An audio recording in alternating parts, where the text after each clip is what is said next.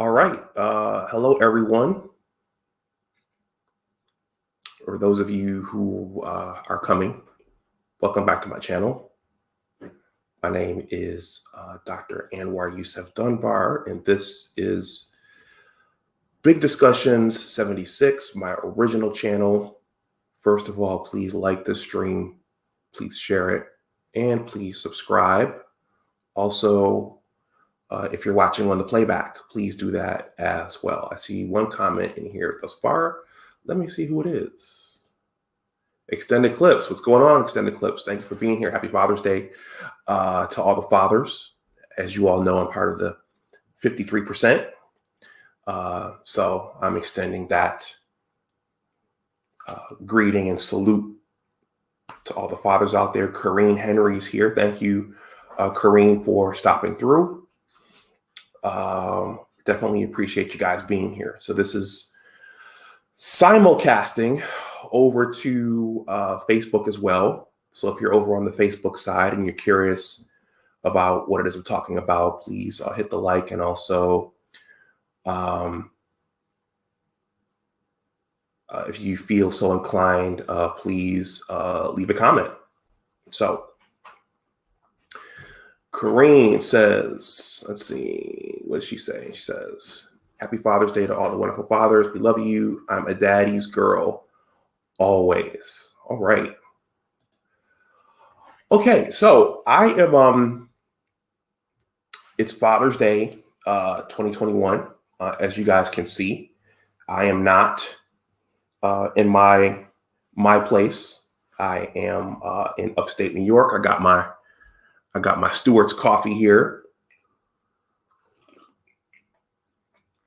Stewart's is a chain in the capital region, the capital district of New York State, and I happen to enjoy their coffee and their apple fritters. So there we are. A few things I'm going to get out of the way before I get started. I don't know who else is going on. I know Bernard Riley is typically going on Sunday morning, so he's probably going, and there's a lot of activity now. Some people are probably at church, if you go to church. So a couple of housekeeping things here before I jump in. As you guys know, this is my blogging platform is there at the top, or should I say my original blogging platform. You can email me at that email address down there. I am having some difficulty with that address right now, but I can receive emails there. I can't send them back out at this time. Apparently my Outlook account got hacked. There's a Big Words blog site Facebook page. That's my Twitter handle right there, the one that I use mostly. I actually have two Twitter handles, but I'm using that one for the most part now. And I also have an Instagram handle, and I would appreciate more followers over on Instagram. So I'm just scratching the surface on how to properly use Instagram. Sheet is here. We here. Thank you for being here, Sheet. Let's see. As many of you know, there are 3 other Big Discussions 76 channels. I'm not going to go through all that right now. All of my regular subscribers know what those are, but if you're new, please subscribe over there. If you're interested in sports, in science and technology, and entertainment and media, the Science and Technology channel is about 226 subs away from 1,000. So I think of all my channels, that one should get to 1,000, and I think it will eventually. Let's see who else is here. Let's see. Sheet is here. Extended Clip says what's up to Sheet. Mr. Meach, who has the Hulk avatar, says what up. All right. So Father's Day 2021. So guys, so what I've strayed a little bit from all the Manosphere content, but I want to tell you guys I'm going to go back eventually. I actually have some questions 4 BGS on the octane scale, which I think will make for a very compelling discussion. So we will eventually get back there, but I wanted to start to market myself as a writer, and I wanted to have discussions in some other areas like money, which is what I'm going to talk about today. I'm going to read you guys another one of my Father's Day essays. It's probably the last one that I wrote. It's from 2020, and it involves money. And as I described earlier, my childhood and my relationship with my father, the backdrop for much of it has involved money. Making discussions about child support payments. As I described, my father was always very, very meticulous and careful with his money. And I think I inherited that. And just some other things. And there's an important discussion, which there's something important that happened between us that I'm going to describe in today's essay. I see Alonzo Hall is here. What's going on, Alonzo? Thank you for stopping through. So I'm just going to quickly recap the 2 Father's Day pieces that I discussed on this channel over the last 2 to 3 weeks. This one right here is from 2017. And I don't think I wrote one for 2019, though it might be in the catalog somewhere. Let's see. This is my 2017 piece. It was called Father's Day 2017, Reflections on Some of Dad's Money and Life Lessons. And I think in this piece, one of the things I shared was that my father got on me one time for not counting my change, just taking the money from the cashier and just shoving it in my pocket and not actually counting how much money that cashier gave back to me. And I forgot to say in that broadcast that since then, I always do that now. Whenever I go to buy something with cash, as the cashier is ringing up my order, I'm sitting there in my mind doing the math, thinking about how much money I should get back from the cashier. And that's important because cashiers at Walmart, at 7-Eleven, at wherever you're buying food or supplies, they will make mistakes. And in the last 2 months, I was at a 7-Eleven and that did happen. I think I was buying 2 bags of ice for a gathering, and the cashier gave me the wrong change back. And unless I sat there and looked at it, she would have shortchanged me. So I do that. I do sit there and go through the math. And my best friend actually said to me one time, "You do that?" And I was like, "Yeah, my dad got on me about that when I was younger, so I do it." This piece right here, my 2018 piece, I did this. I covered this one on this channel this week.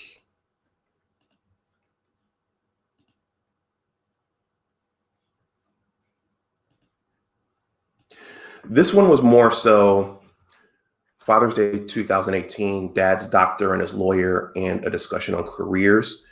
This was more so a discussion about white collar and blue collar careers. On my blogging platform, I read about education and careers, and I didn't understand it at the time, but this was a first lesson in what white collar and blue collar careers are. My father wanted me to be his lawyer, and he wanted my brother to be his doctor. And those were white collar careers. And there are reasons that he wanted us to pursue those careers. But as I've gotten older, I've realized, and I talk about this in this piece, you guys can go back and watch the live stream. There are pluses and minuses to white collar and blue collar careers. But when I was growing up, only the white collar careers were pushed. And one of the things you have to reconcile with the white collar careers is paying for the whole thing. So if you're going to be a lawyer, you're going to be in school for a long, long time. And unless you were an exceptional student or someone in your family planned for your education, you're probably going to have to borrow a lot of money for your law school education. And that's a lot of money that you're going to have to pay back. The same thing is true for medical school. Unless your family really, really planned that out, there's going to be a lot of money you're going to have to borrow to pay for that education. And I don't think when my father made that proclamation, I don't think he was thinking about that. Of course, that was in the 1980s. We know that economies change. We know that the cost of everything changes over time. Some would argue that we're in an education debt bubble right now that's going to bust soon. But that's something that, if you're going to go that route, you're going to have to reconcile. And people don't think about that when they say, okay, I want to be a lawyer. I want to be a doctor. I want to be a medical doctor. They see the prestige, they see the title, they see the career, but they don't always think about how much that's going to cost. And when you meet, I said this in my broadcast, when you meet a medical doctor and when you meet a lawyer, again, a lot of us are enamored with the title and the prestige, but you don't know how much debt that person is walking around with. They might look like they're winning, but they may be just making it. And I think I will stop that part of this discussion. I'll stop that here before I move on. Let me see if is there anything else I want to say about that? Okay. No, I don't think so. I see some people coming in and going out. If you're coming in, please hit the like. That will help with my engagement. Is there anything else I want to say on that? No. Okay, so I'm going to move on. So my 2020 Father's Day blog post goes back to money. And this is going to talk about it's going to weave everything together. So careers, money, investing, parent-child interactions, questioning the things that your parents taught you, thinking about going in a different way than from where they went. So a lot of these things are gonna be weaved in together. If you've ever listened to any of my discussions on how I started my science career, all of these things kind of go together, and you'll see why. So I'm going to read that Father's Day blog post, but I'm going to read something else first, something else that's shorter, because I think it sets it up really, really well. This is a post I've gotten from one of my collaborators / customers, and it is entitled "The Difference Between Investing and Saving." Okay. So again, I've taken a turn here towards marketing myself also as a writer, scientist, writer, thinker, speaker. So I want people to learn things when they watch my content. A key focus of my blog is financial literacy / money. A key aspect of this subject area is understanding the difference between investing and saving. Both are very important terms which can actually complement one another. Understanding the two further can change lives. The following contributed post is entitled "The Difference Between Investing and Saving." Investing and saving are two fantastic options for anyone looking to be smart with their money. At a base level, they both serve the same purpose. You want to put money aside with the aim of having more in the future.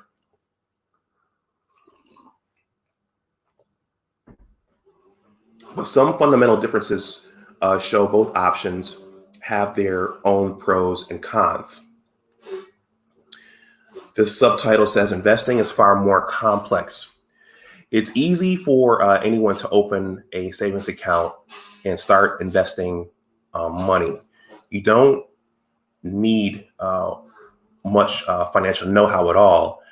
Just a brief consultation with a financial advisor at your bank will give you everything you need to know.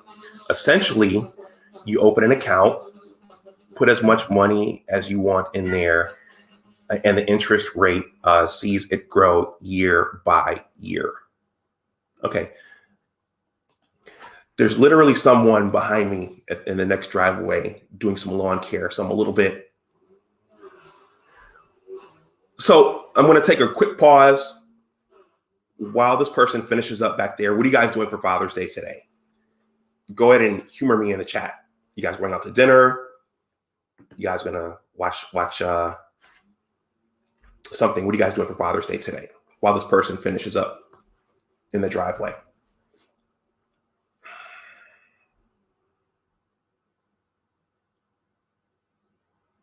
Okay, I think he's done. Okay. With investing, you have something far more complex. There are loads of different ways to invest, and each option also contains more choices as well. Take the stock market. You have loads of different things to invest in, from futures to options and everything in between. Then you have to look at things like option historical data, previous sales, current market trends, and so on. It's so incredibly complex, making it hard for the average person to get involved. Typically, you need to take in a lot of knowledge to get to grips with stock market investing. Bear in mind, this is just one example.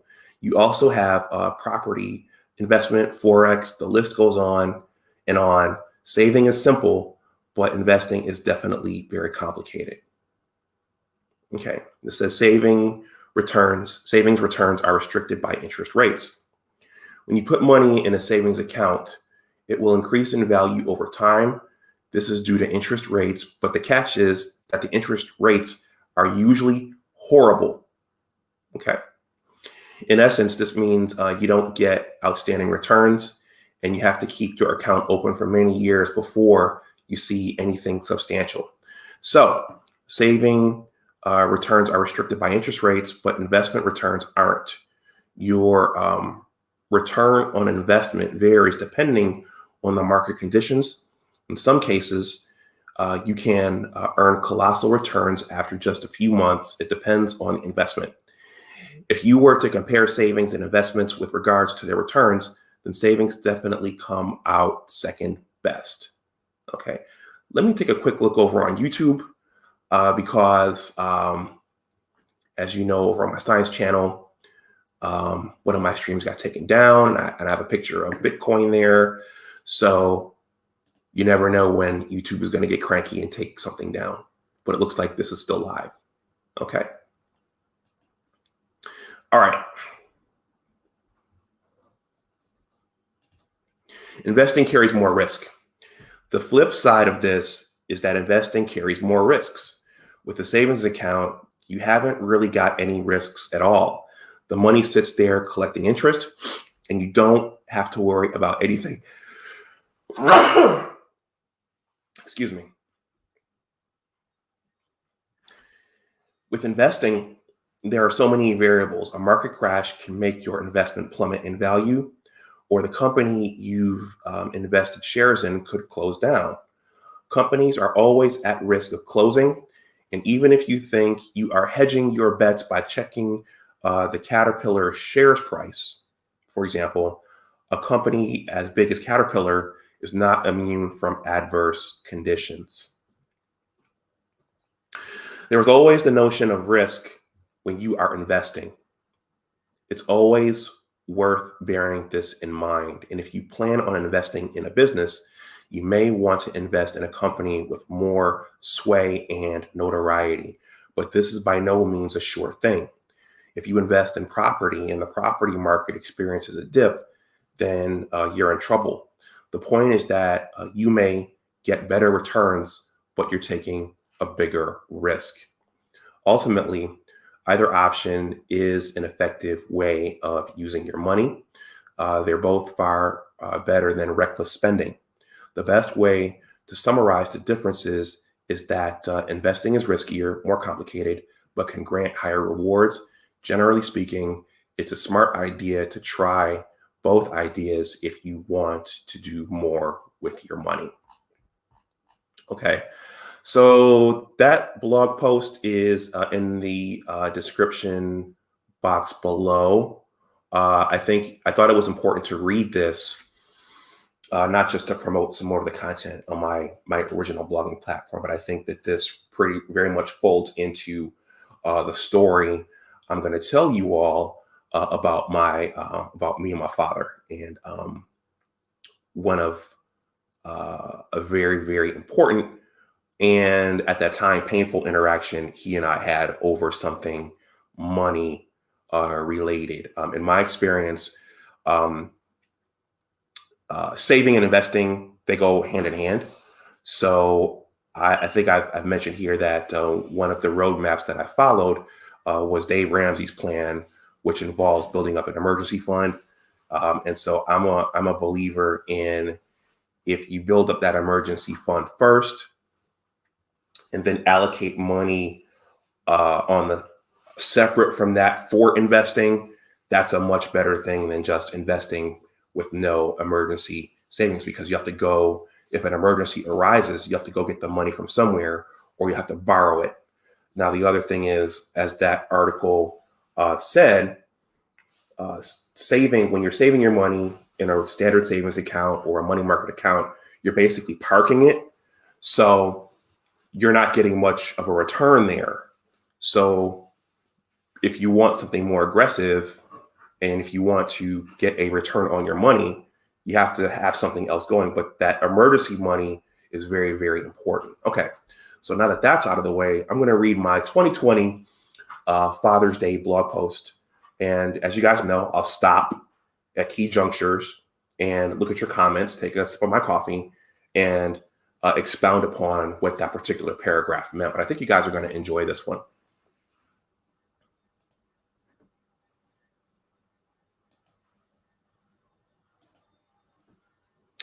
I don't know if when I created this broadcast, I kind of threw it together. So I don't know if my Cash App and PayPal are below, but I'll leave my Cash App. Oh, the super chat is live as well. But I'll leave my Cash App in the chat as well, in case you guys want to make a donation. Let's see, where is it? There it is. Okay. Some content creators are very, very aggressive about, you need to donate to the stream, you need to do this, you need to do that. I'm a little guy, so I don't, if you guys see some value and you want to throw something in, that's cool. So let me see. Let me just drop this here.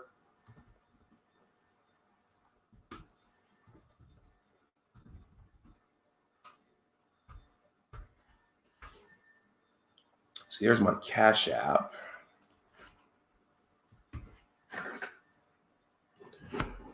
And let me just make sure that I give you guys my PayPal as well. There was a stream I did a couple of weeks ago. It might have been my first Father's Day blog post. And Jayshawn, I think it was Jayshawn, sent me something via PayPal. And I didn't see it until after the stream, so I couldn't. So I was unable to acknowledge him in real time. Give me 1 second here, guys.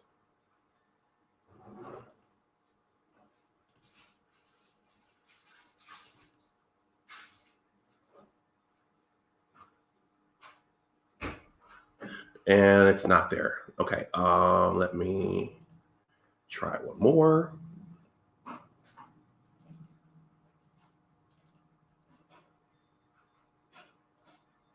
There it is.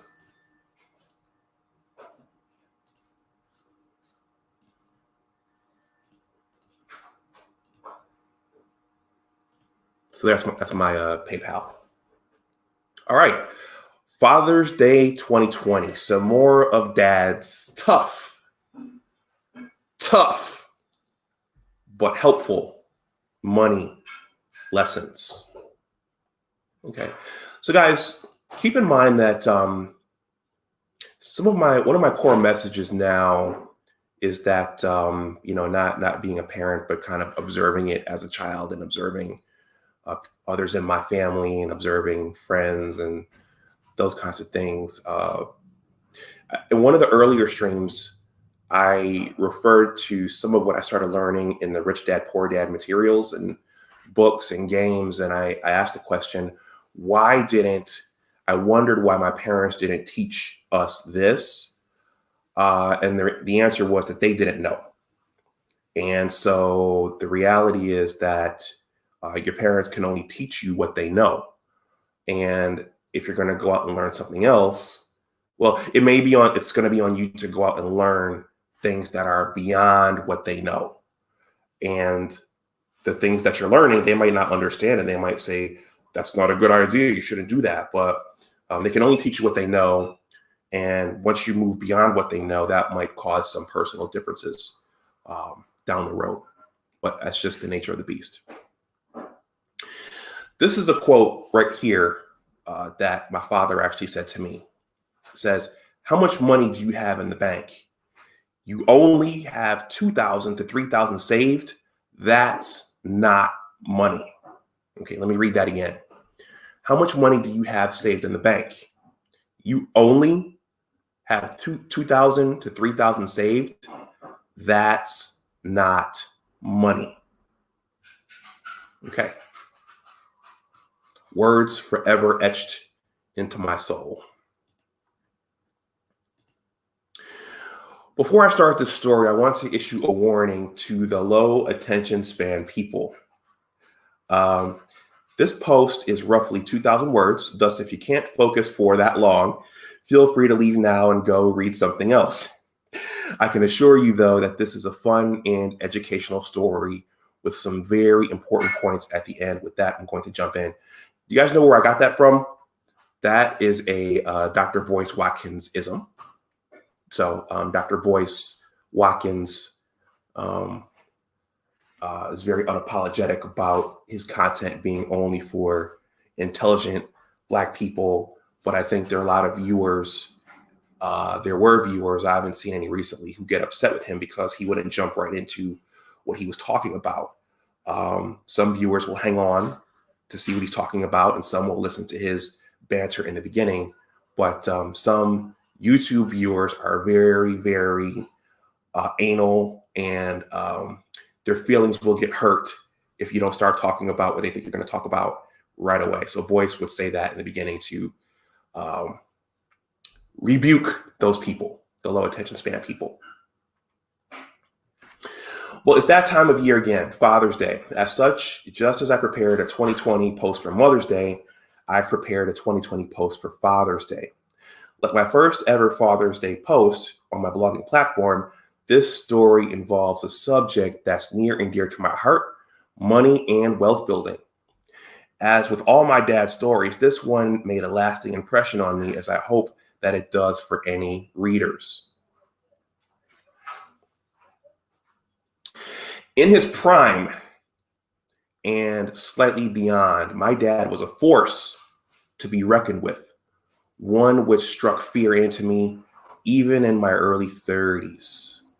I lived with him in New York State's Capital Region during my postdoctoral fellowship, which turned out to be an educational experience on several different levels. It was a surreal 2.5 years in hindsight that forever changed me. Some of the changes were due to external factors, while some were due to internal factors. By the way, guys, that's where I am right now. I'm in the lower unit of Pop's house. Just before leaving Ann Arbor, Michigan for the Albany area, I picked up Robert Kiyosaki's Rich Dad, Poor Dad book and discovered the worlds of financial literacy and wealth building. Worlds I didn't know anything about at that time. So for those of you unfamiliar with it, because there are a lot of people unfamiliar with these, Rich Dad, Poor Dad, Where's the subtitle? What the rich teach their kids about money that the poor and middle class do not. I picked this up in graduate school.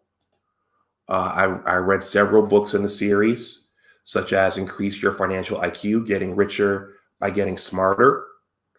Robert advocates reading and continuing to gather more and more financial information. And then, as I'll describe, when I moved here with my father, I bought a copy of the electronic version of Cash Flow 101. But I won't tell you what happened. I'm going to read the story for you. For those of you who don't know, I thought I had them in here, the 5 financial intelligences, but I think no, here they go. Yeah. Here are the 5 financial intelligences. This is from Robert's book, Increasing Your Financial IQ, Making More Money, Protecting Your Money, Budgeting Your Money, Leveraging Your Money, and then Improving Your Financial Information.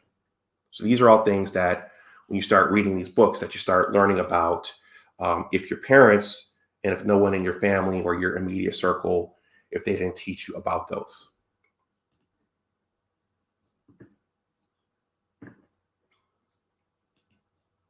She says, that's great. You had that time with him. Yeah. My parents divorced when I was 3 years old. So my father got visitation 2 times a year. So I saw my father twice a year. At some point, he gave us a phone card so we could talk to him throughout the year, but it was only twice a year. But I got to give my father credit that he was financial, quote unquote. So he did send money throughout the year.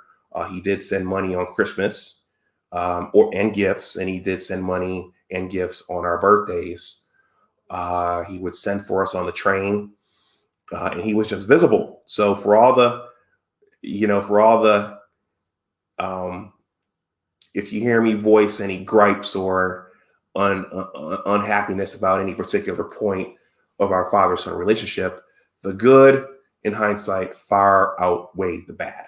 Because as I got older, particularly when I got into the dating arena, I realized there are a lot of kids who either didn't know their fathers or they knew their fathers and they didn't have positive relationships with their fathers. So you're right, She.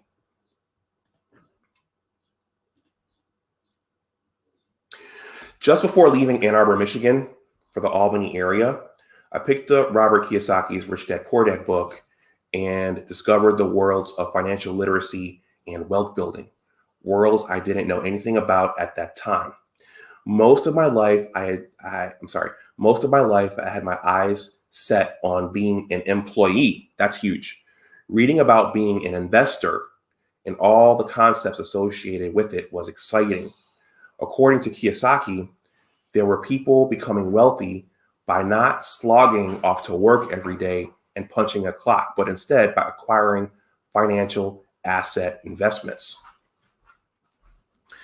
In addition to Kiyosaki's books, I purchased a copy of his game Cash Flow 101, the electronic version. Unlike the board game version, which you have to play with other people, I could sit down at my PC and play every night, which I did. The goal of the game was to get out of the rat race and onto the fast track. For those of you who have never played the game, you must choose a profession. The chosen profession comes with a salary and a certain number of assets and liabilities. The cost per child varies with profession as well.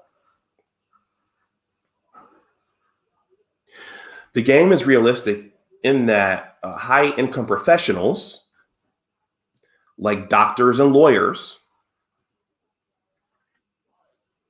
and airline pilots make more money than the janitors or the web designers, but they also have greater expenses and usually more student loans in the case of the doctor and the lawyer. Take a look at my 2018 Father's Day blog post, which has a special significance for my brother, my father, and me. That post coincidentally involving careers in medicine and law. That post coincidentally involved careers in medicine and law, which Dad wanted my brother and me to pursue.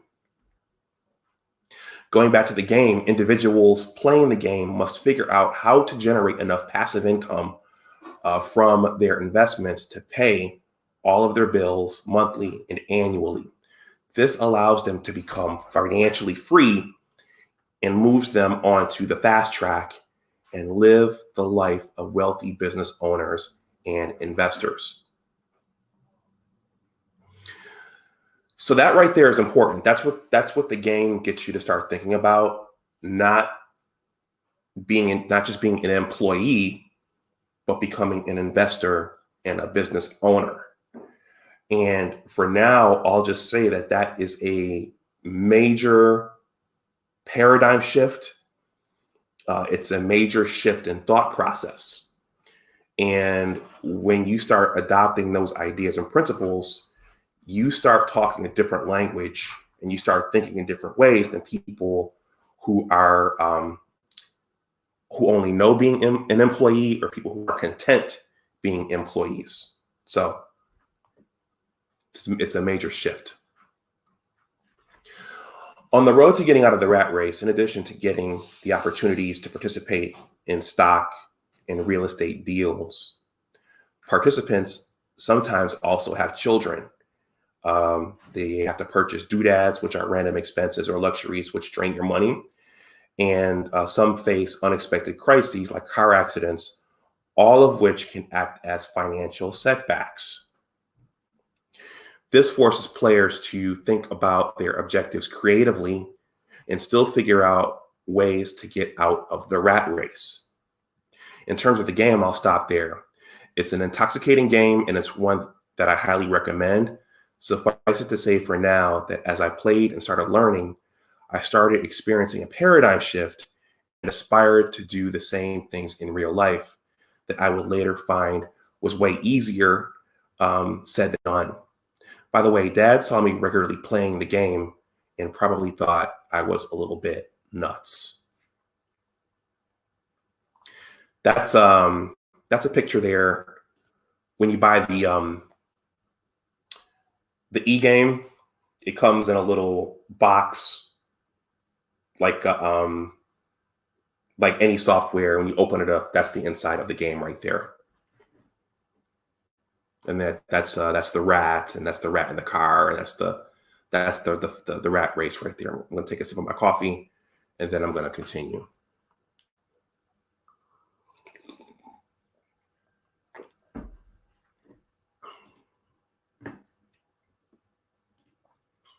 Okay.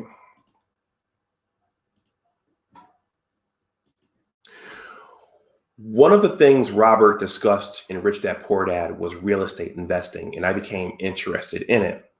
Some friends of mine in the area were also interested in it and turned me on to our local real estate club, which I won't name. I didn't name it there, but I'll name it now.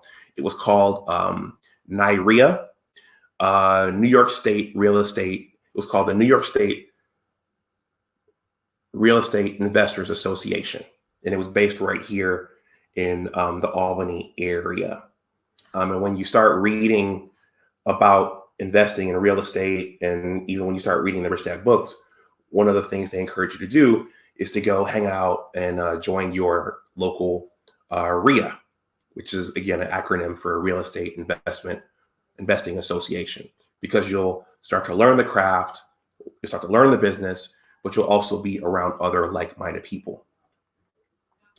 Is that game available still online? Alonzo asked. Alonzo, I purchased the game. It came on a disc that you put into your computer, and the computer basically downloads it. And you needed to have the disc in order to play the game. The disc needed to be inserted into your PC in order to play the game. So Robert and his team, they designed it for maximum profit, so people couldn't share the game that way. So I don't know if you can play it online like you play chess. I don't know. Okay. There were monthly meetings where the president, shout out to Bob Eberly, encouraged us to get into deals and to take action.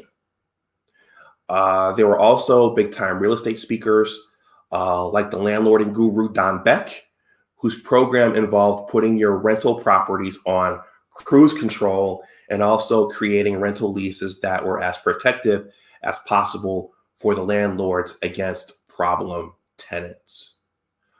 Let's see. So Don Beck, his thing was, again, putting your rental properties on cruise control.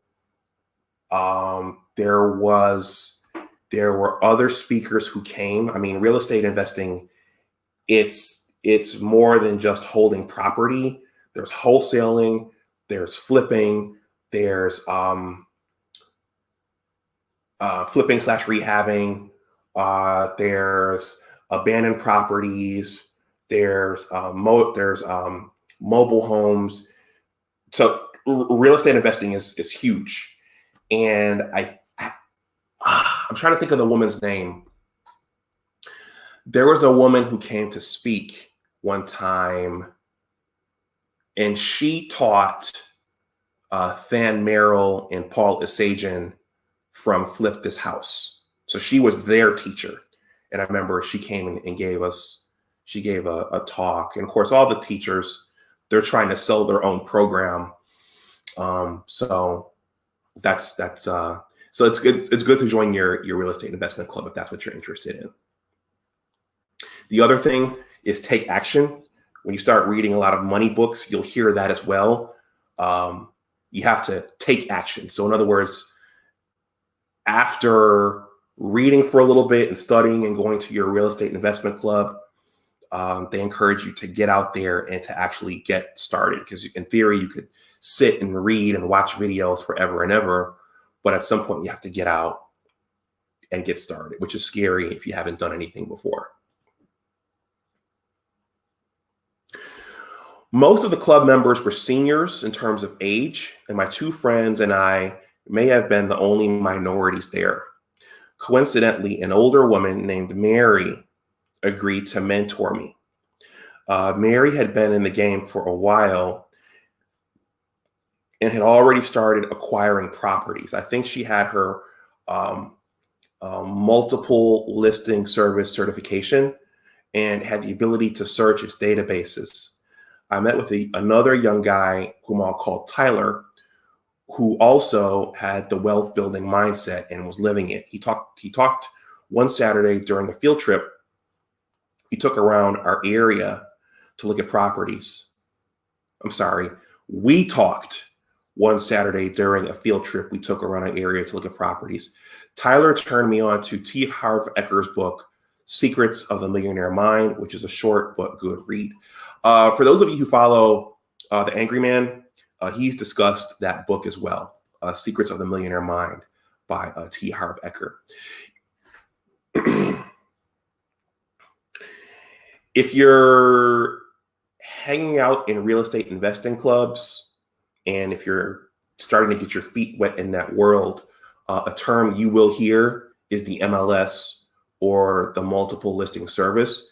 If you're unfamiliar with that, realtors, real estate agents, and then those who get the certification just for investing purposes, that's a specialized database looking at what properties are available, and whether or not they're still on the market, how long they've been on the market, in addition to all the metrics associated with that property, the square footage, the lot size, all those different things.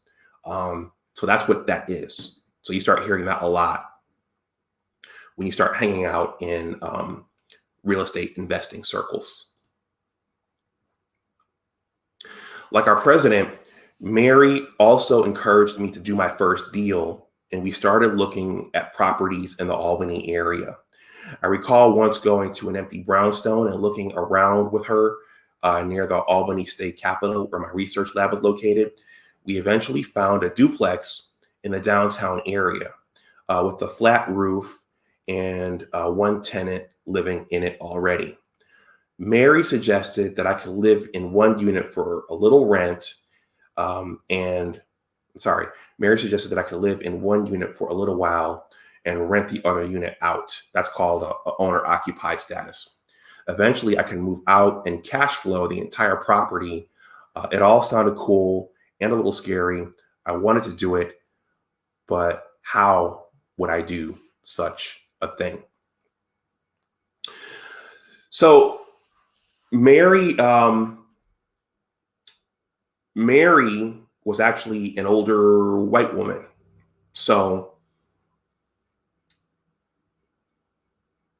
I was not uncomfortable being mentored by someone of another ethnicity, but as I mentioned, in this particular area, there were only let's see, my one friend, he was Black and his wife was Puerto Rican, so we were pretty much the only minorities in the game. But this woman, Mary, I don't know if she's still alive, but she was nice enough to drive me around the area, look in the MLS, and walk me through properties and start to teach me about things I should look for, so that I would know what to buy and how to buy as well. I remember Mary also, she kept saying, Anwar, you want to buy right. So you want to buy the property right so that you're not overpaying for it, but also so that the property will cash flow.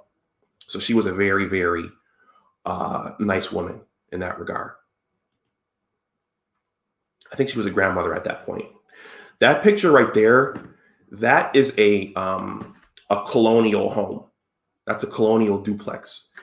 Those are the kinds of properties that you'll see in Northern Virginia, Arlington, Alexandria, and those kinds of things. And one of the things that I see Jayshawn is here. Jayshawn, thank you for coming through. One of the things that I learned about real estate investing was that markets are different, and things are different in different parts of the country. So this duplex that I'm sitting in right now, this is my dad's home. This home has, I hope he doesn't mind me saying this home has 2 units in it, 2 units each with its own kitchen, its own bathroom. I think each unit has 3 bedrooms, and there's a small front lawn, a large back lawn.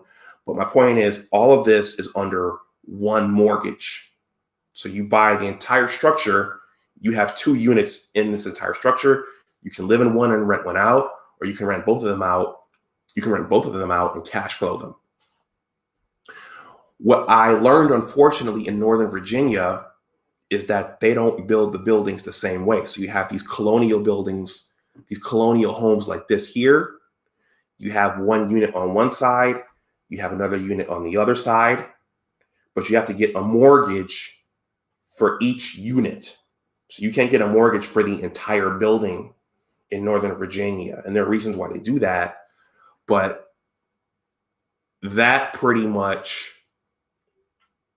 made it impossible for me to acquire the type of property that my father has and that my mother has, and to start to build wealth that way.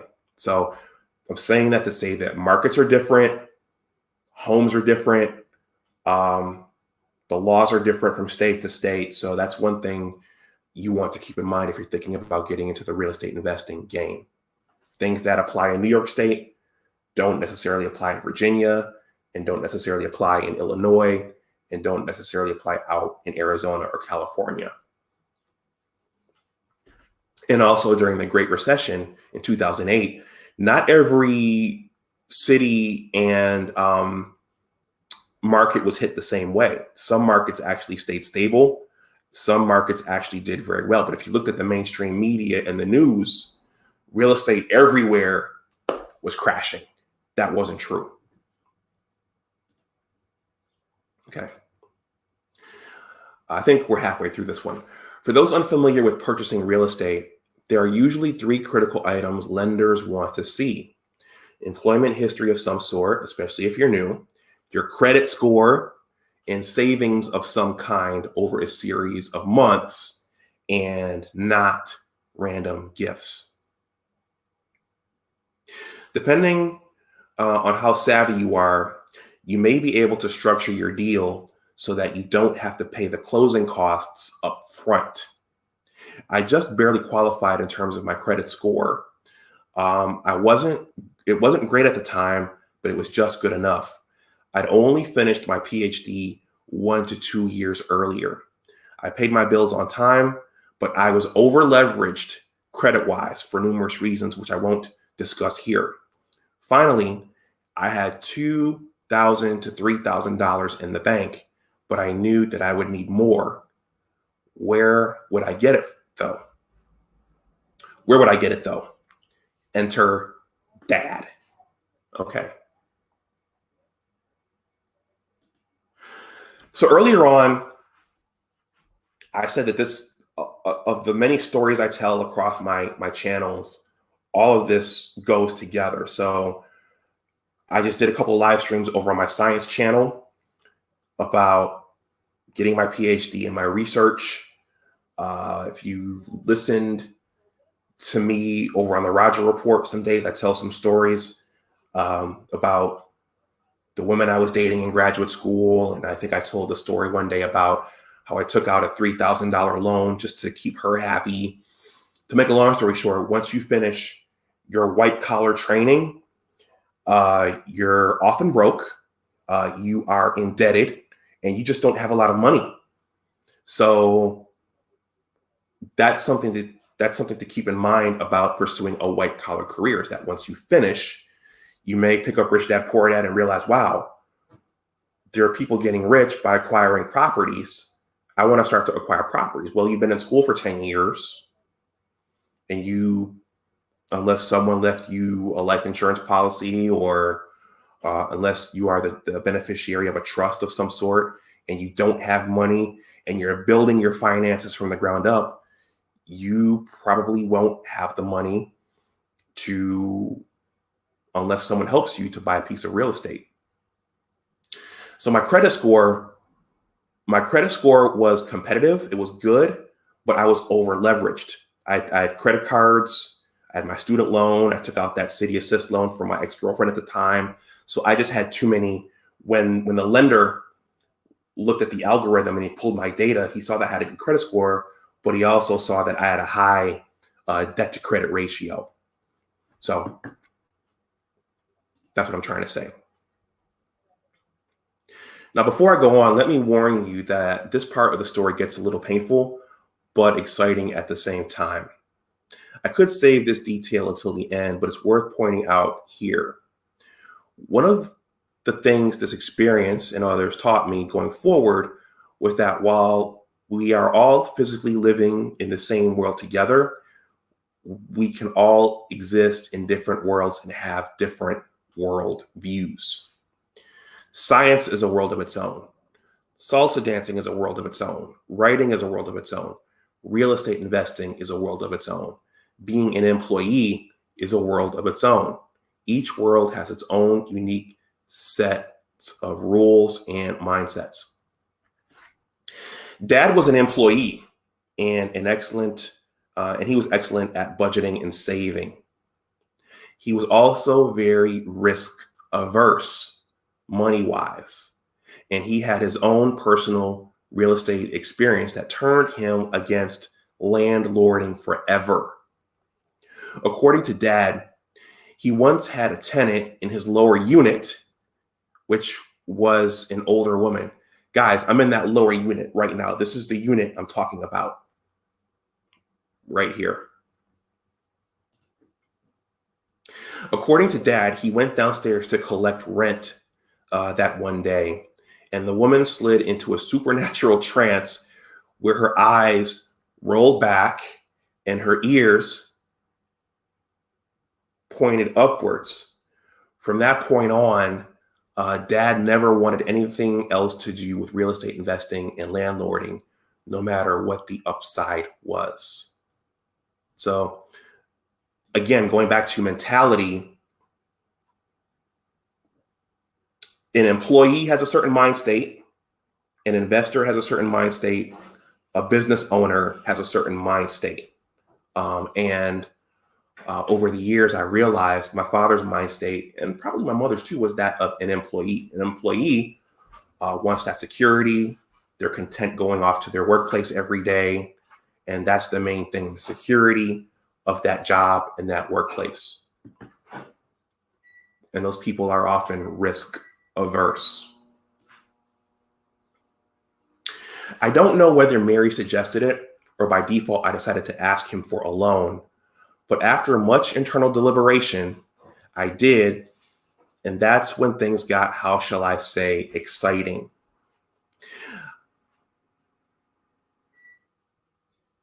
Let me see. I know my father and May. Okay, so I know my father, and I think when I asked him, I lacked confidence when I asked him. I was pretty scared, actually. He didn't say no immediately, but instead looked at me with a blank stare and told me he'd think about it. I intuitively knew that instead of a simple yes or no, it was going to turn into a long, drawn-out process, and Dad did not disappoint. Dad did, in fact, think about it.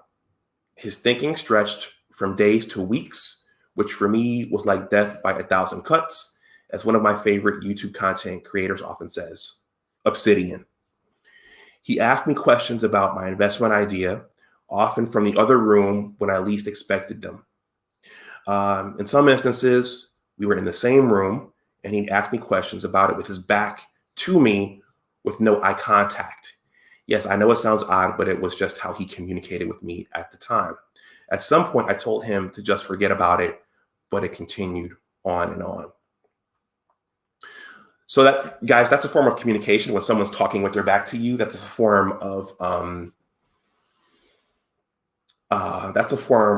passive aggressive communication. It's a form of inflicting power and establishing power in the discussion when someone's got their back to you and they're talking and they're not looking at you. Just FYI. And my father, our interactions were like that when I was here. It was very, very unhealthy. How much money do you have in the bank? I don't remember when in this ordeal that he asked me this question, but I just remember that he asked it. The question suddenly made me feel defensive, naked, picked over, and violated. The bank will want to know how much money you have. Dad was right about this, as I found out in the future when applying for mortgages and refinancing on my own. I actually uttered these same words in a money-related dispute with an ex-girlfriend. That didn't go over well, by the way. So be careful in those instances. I have $2,000 to $3,000 in my savings and my self-directed Roth IRA, I pensively replied. That's not money. Dad quickly and sharply declared with the precision of an assassin. His words were cutting, and I felt insulted and angry afterwards. I didn't understand why this whole thing had to drag out like this, and I didn't understand why we couldn't just sit down and have a simple step-by-step discussion about why it wasn't a good or bad idea. The thing I learned later, though, was that Dad was right. Okay, so let's go back to that. $2,000 to $3,000 is not money. Okay. So it hurt me at the time when he said that. And one of the things that I learned is, regardless of my doctor title, I feel better when there's more money in the bank. Okay. So,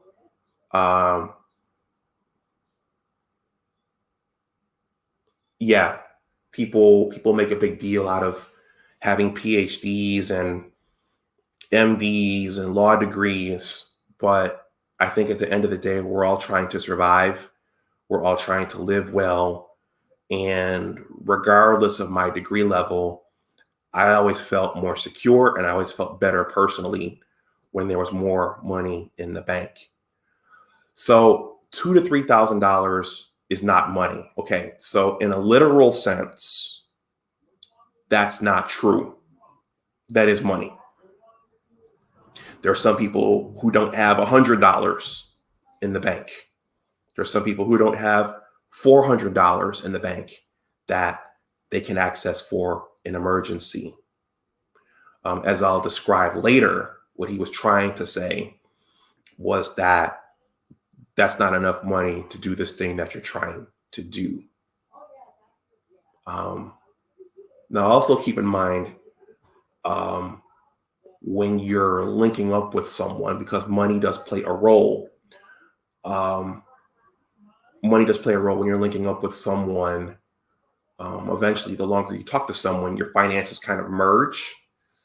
And if that person, from experience, if that other person doesn't have money in the bank, there may be a spillover onto your side where you may be asked to do something. That's why it's important to be upfront about, to be observant when you start talking to someone about how you're living your life, and to just kind of be a little mindful of how they're living their life, because some people don't have any money in the bank, and some people have $2,000 to $3,000 in the bank. Some people have $30,000 to $50,000 in the bank.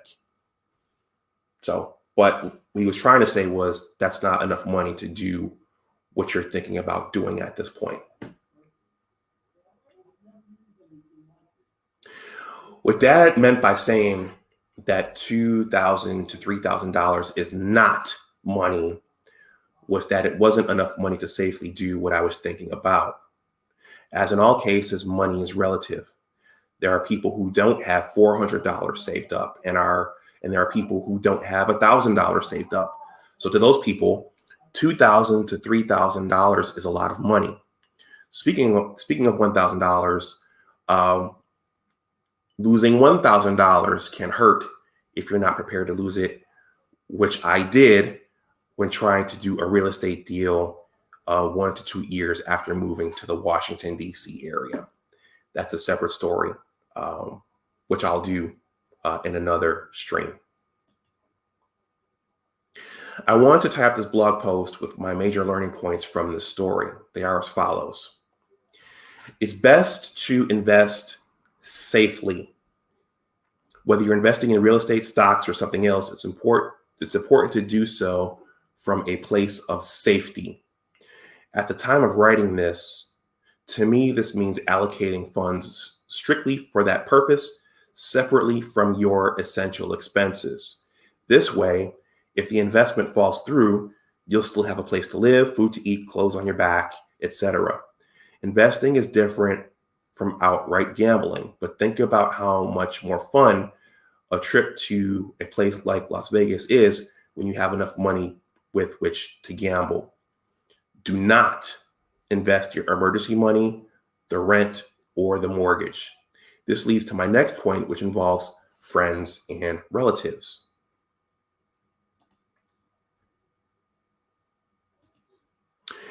If you're new coming in, please like the stream. I think Sheets posted my Cash App and my PayPal. If you want to make a donation, you're welcome to do so. I hope you guys are getting some value out of this. Most of my stories are multi-layered, so my stories usually aren't saying just one thing. And my stories typically have to make you think a little bit. It's my Cash App and my PayPal. Guys, this is a big one. This is huge. Be careful about involving finances. Be careful about involving the finances of friends and relatives in your business/investing ideas.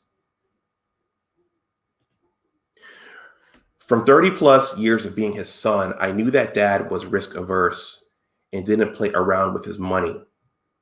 But his not loaning me the money turned out to be the best thing for the both of us, because it would have poisoned our relationship, potentially beyond healing.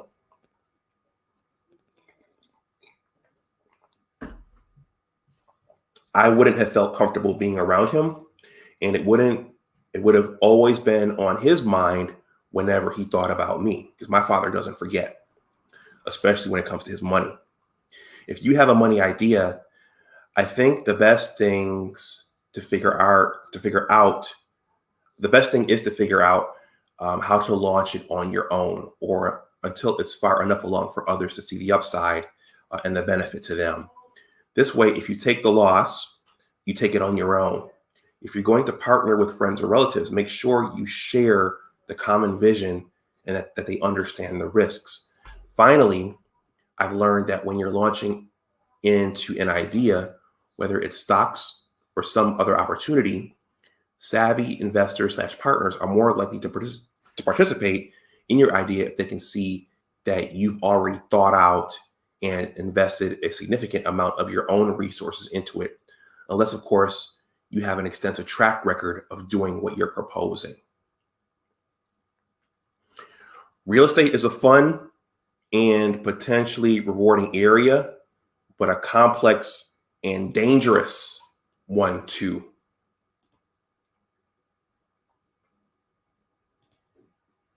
Robert Kiyosaki's Cash Flow 101 is a fun and educational game, which to this day I highly recommend, just to get you thinking about money in ways that you haven't.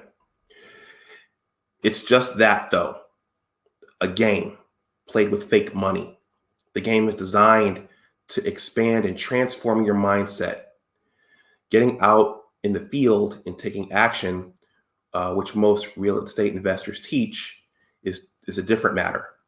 Getting an investment property was a good idea, and Dad admitted that, if I recall correctly. However, not only did I not have enough money of my own in the bank yet, it also wasn't clear if I was staying in the area. Now, let me be clear. Am I saying not to own property out of state? Absolutely not. There are investors who own property in other states or cities, and in some instances, other countries. Most of them are experienced, though. They have the systems in place to be able to do so, and in some instances, they are partnering with other experienced and like-minded people. Think about the martial arts. Dad was into judo, so let's use judo. The masters in martial arts dojos typically wear the brown and black belts, and one must practice and train hard to reach those levels after starting at the color white. Some trials and errors are involved in ascending to the brown and black belt levels, which includes blood, sweat, and tears, and being thrown to the mat innumerable times in this case. I would equate this to my lost $1,000 described above, which I'll revisit later. In short, at the time of my asking Dad for that help, I was the equivalent of a white belt in the real estate dojo. And then finally, I think this is the last bullet point here. Be careful about who you share your dreams and aspirations with. Bay Blotter News. The game is called Cash Flow 101. This is the original board game here, but there's also an e-game which you can play on your computer. But you have to purchase, at least in the early 2000s, you had to purchase the disc and put it in your computer and play. And I think you could play with other people around the country, kind of like Madden. So, but that's the name of the game. Cash Flow 101.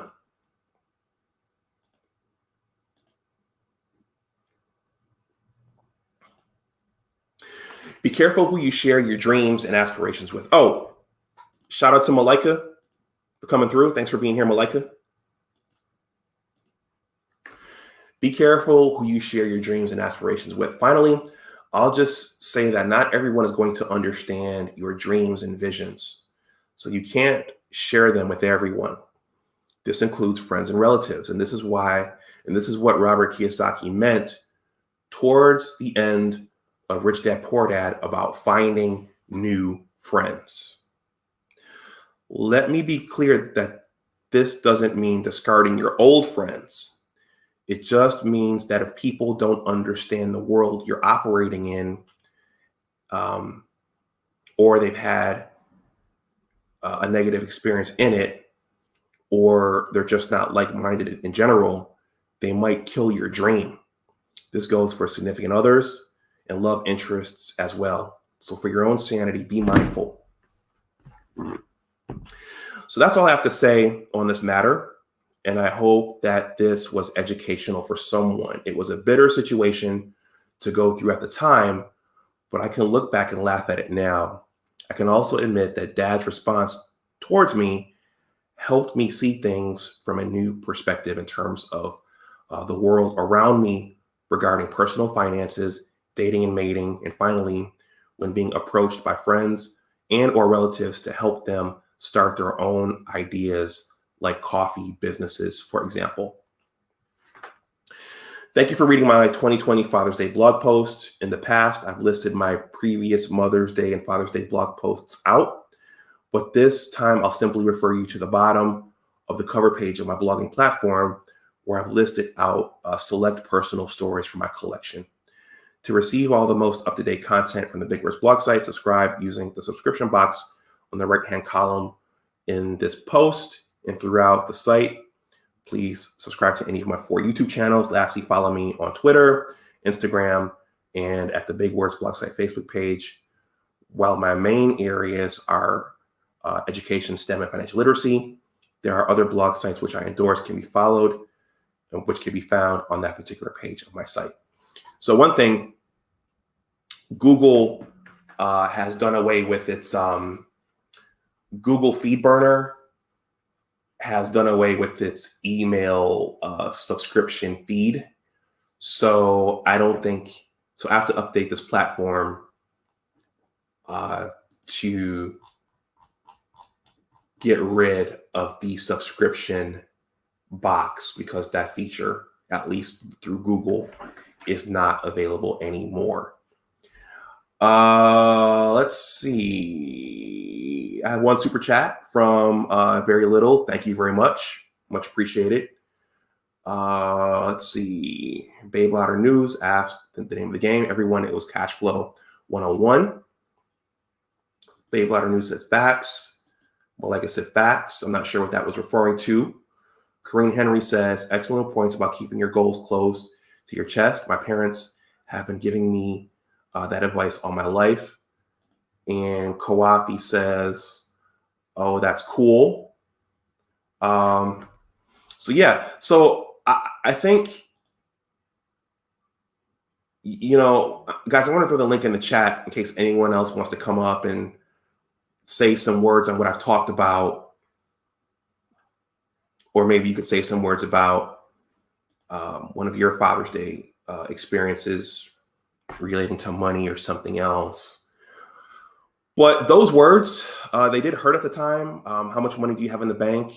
You only have $2,000 to $3,000 saved. That's not money. It stung at the time, but those words also became a bit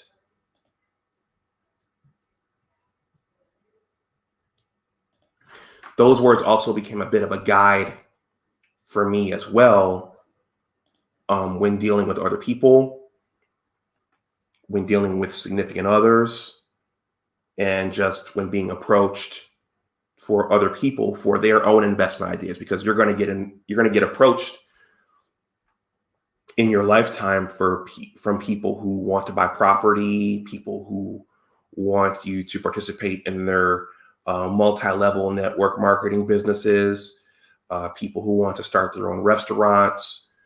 People are going to come for you and ask you if you have money to help them, and those kinds of things. So that's important to know how much money you have to potentially put into someone else's thing, but just knowing how much money you have, and just knowing that $2,000 to $3,000 on the grand scheme of things is just not a lot of money. But also keep in mind, Kareem, thank you for the super sticker. I appreciate your support as always. But $2,000 to $3,000, yeah, that's just not a lot of money, and money's relative. And also keep in mind that there are people who don't have any money saved up, right? There's some people who can't cover a $400 expense. So that was an important quote for me. The StreamYard link is there in case anyone wants to come up and say something or add to something I said or ask a question. I'm at 1 hour and 15 minutes. I'll let this go. If no one wants to come up, I'll probably let this go for another 15 minutes. Let's see, what else? So the whole aspect of, let's see, Bay Blotter News says people who are all in the pyramid schemes to like Amway and Primerica, some are successful at it, some are not. Yeah, those Kareem, I'm going to bring you up in a second. I too have experience with multi-level network marketing companies. One of the many things I tried when I moved to DC was I joined YTB Travel. And that's a separate discussion all in itself. But I'm going to bring Karine up to see what she has to say. But the network marketing companies, those are businesses that people, they'll come to you with. And one of the fundamental questions you want to ask yourself is, how much money do I have to invest in this business if I want to actually pursue it? So it always comes back to that question. How much money do I have? Hey, lady, what's going on?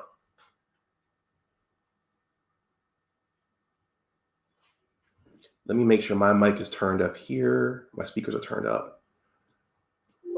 Okay, so my sound is working. Karine, are you saying something?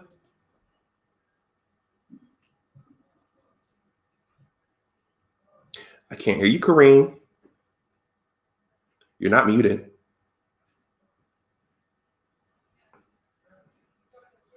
Karine, you might want to leave and come back. That usually does it. Bay Blotter News, well, he says LOL.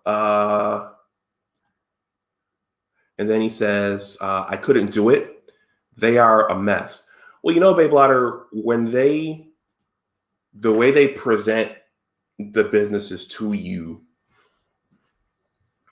the way they market them, it's a can't miss thing, you know. And YTB Travel, their thing was, and I think for pretty much every network marketing company, it's, you know, getting paid to do the things that you already do.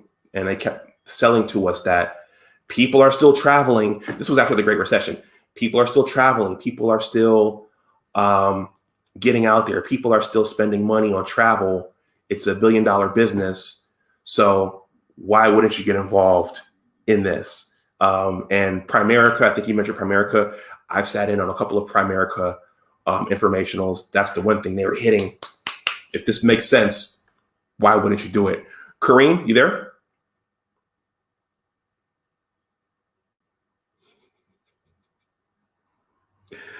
Okay, so there are two Kareems. There's one. Can one of these Kareems, can one of you say something? Okay, I'm going to bring Jayshawn up. Kareem.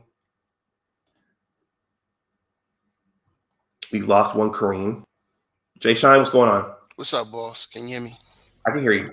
All right. Good morning to you. Happy Father's Day to everybody. Good morning. And happy Juneteenth to everybody else. Okay. Yeah, I just came up to say happy Father's Day to everybody. To all my brothers out here, focus on, getting properties right now. America's for sale. I think Alonzo probably going to go in more depth into that because he's working in a certain area of the country. But there's a lot of properties in the country right now. I know a lot of people want to invest in Bitcoin and cryptocurrency and all that, but as they say, always diversify your portfolio. There's always going to be money in normal markets and in real estate. Always. So take advantage of the market right now. There's a lot of land for sale. There's a lot of new development going on all over the country. So just get into it, and that way you start building a foundation of wealth if you don't have it yet in your family. You're never too old or too young to be a founding father. You feel me? So some of us don't come from money, and it's got to start somewhere. And why not you? Let me ask you a question, Jayshawn. Yes, sir. At some point, I think, like, I always talk about the 101s of everything. I'm always talking about that. I think that, half of these guys need to take some classes first before they just jump into it, because some of the language, that we speak sometimes can be a little bit intimidating, or Hmm. it could be confusing to the point where, well, how am I going to do that? They want to. I'm quite sure they do. Right. I started at a very young age, starting at 19. I had bought my first home at 19 and been owning ever since, but I don't own now. I sold to move out here, but Hmm. I want to go to a higher level too. And, I'm here to learn too still, Hmm. because I'm good at what I do, but I'm nowhere near Dr. Dunbar or you or Alonzo. Well, I mean, my quick answer to that is because you're right. Because we can get off real estate, we could talk about anything. If I was to sit here and talk about, the government and clearances and working in defense, and it's like talking a foreign language to most people. PhD programs. If Dr. Dunbar was talking some real high level, having a high level conversation on that, it would be like speaking French to some people. It's the same thing with real estate. The only thing I could say is this. You could take classes, but at the end of the day, really getting your hands dirty what matters. So the cheat code is starting off small. Starting off real small. So if you're not smart on real estate, or you don't know what to look for, because houses are tricky, because you don't even know what to look for when you're buying a house, especially if it's not a brand new house. But even with brand new houses and stuff, you got to look for. I Yeah, would say I would say just so you get familiar with the paperwork and the process, get you an apartment, get you a condo. I would prefer new home, Uh and huh. I guess for anybody who just graduating college, a like small corporate condo or something would be Yeah. great. But I started off directly in a house. I mean, 19 years old with a Hmm. 4-bedroom house, practically new Yeah. in Atlanta, which was pretty good, And plus, I was married, you Oh, know. okay. Yeah. So you was ready for the game, but but I'm just saying, to answer your question. I mean, I would go full tilt. Me personally, because I know how to stop me. How I operate is I know how to put my head down. Whatever I get myself into, if I really do something, I'm putting money into it. I don't go out. I don't party. I don't try. I don't do nothing. I focus on that. I put myself in my own school. I do my own research. Now, some people are not like that, right? So, I guess to be universal with it, I would just say start small. If you're not sure what you're doing, talk to people who do know what they're doing, and start small. That way, you don't lose much if you do end up, making a bad deal or making a bad purchase. So get you a townhouse, get you a condo, get something that's not going to kill you. But when you start getting into single family homes, there's a lot of stuff you got to look for. You know what I mean? You gotta hire your own, and um, not, Appraiser. your own appraiser, but not only your own appraiser, your own my brain having a brain cramp. The brother that goes up in the ceiling and looks for stuff. I have a brother that does it for me. I know what you're inspector. Inspector, thank you. You know what I mean? You got to get somebody who knows what they're doing so they can look for certain things that you're not going to look for, because you don't know everything. You know what I mean? I remember when I bought my house in Stafford, I didn't know anything about, I'm having another brain cramp. It has something to do with radiation. And he had this meter that was detecting how much radiation was coming from the ground, how much was in the attic, that accumulates in the Wow. attic. Yeah, there's some parts of the planet has a certain amount of natural radiation that comes up from the ground, and you have to have these readers and filters in your house. I mean, it's things that I didn't know about until I Yeah, had the right inspector. they even have to make sure that the land is zoned for Hmm. having a home, Yeah.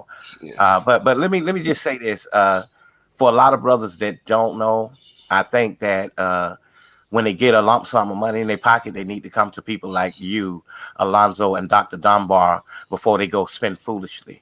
Yeah, and pay people. I mean, if you Yeah, hire a yeah, and pay. professional Yeah, like of course, pay. Alonzo, if you hire Alonzo's a professional.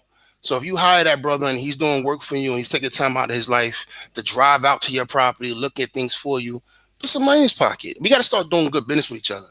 Don't waste nobody's time. Everything can't be a hookup. Let's do business. I paid my inspector. My inspector was a black man. He said, yeah, man, using my rate is 600, for a house this size. No, excuse me. He was 300 for a house this size. I only charge you 250. I said, no, I'm gonna give you 300. That's You know what I right. mean? That's You know what I right. mean? So, I'm gonna give you 300, brother. You know what I mean? So, pay people for their time or their consultation. There's nothing wrong with that. When I was in child support court, I never hired a lawyer, but I did hire for consultation. And I spent $300 for just an hour of consultation. You understand what I mean? Just to make sure And that was I just was to following. get the advice because you already Right. a smart brother. Yeah. So I did the rest of the work, which means I had to go home, put that lamp on at night, and I had to do my homework. You know what I mean? And make sure I was following the right stuff. Anyway, just get with people. You know somebody. You have an aunt. You have an uncle. You have somebody around you that knows something. Don't feel too proud to humble yourself to ask for help. Okay, guys, I want to. Alonzo's here. I want to give the mic over to him, and then I think Kwafi, and then she. But I just want to put a disclaimer out there. I'm not a financial professional. I'm a scientist, writer, thinker. So I'm here sharing information. I'm sharing my own personal story, but I'm not a financial professional. So I'm going to give the mic to Alonzo. Thank you, Dr. Dunbar. Salute to the panel, to the chat, to people who are watching in the playback and live in the clouds. Happy Father's Day, everyone. To the fathers and mentors in all these spaces, especially as Black men, we're not celebrated enough.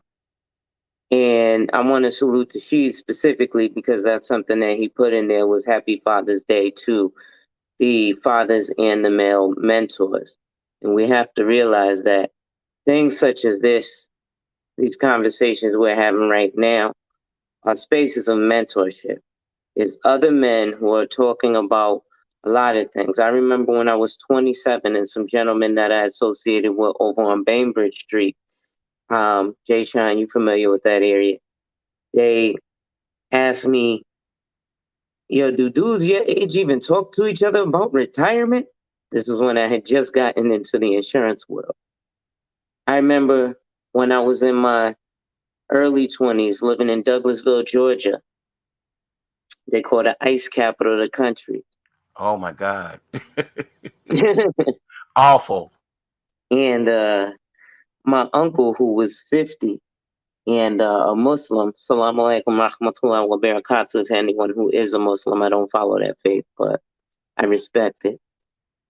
But he told me he was 50 and he said, bro, I was running around, with the oversized white t-shirt that looked like a dress and the hat tilted to the back of every color with, Nike Uptowns to match my white t-shirt that was 7 sizes too large and my hat tilted to the back.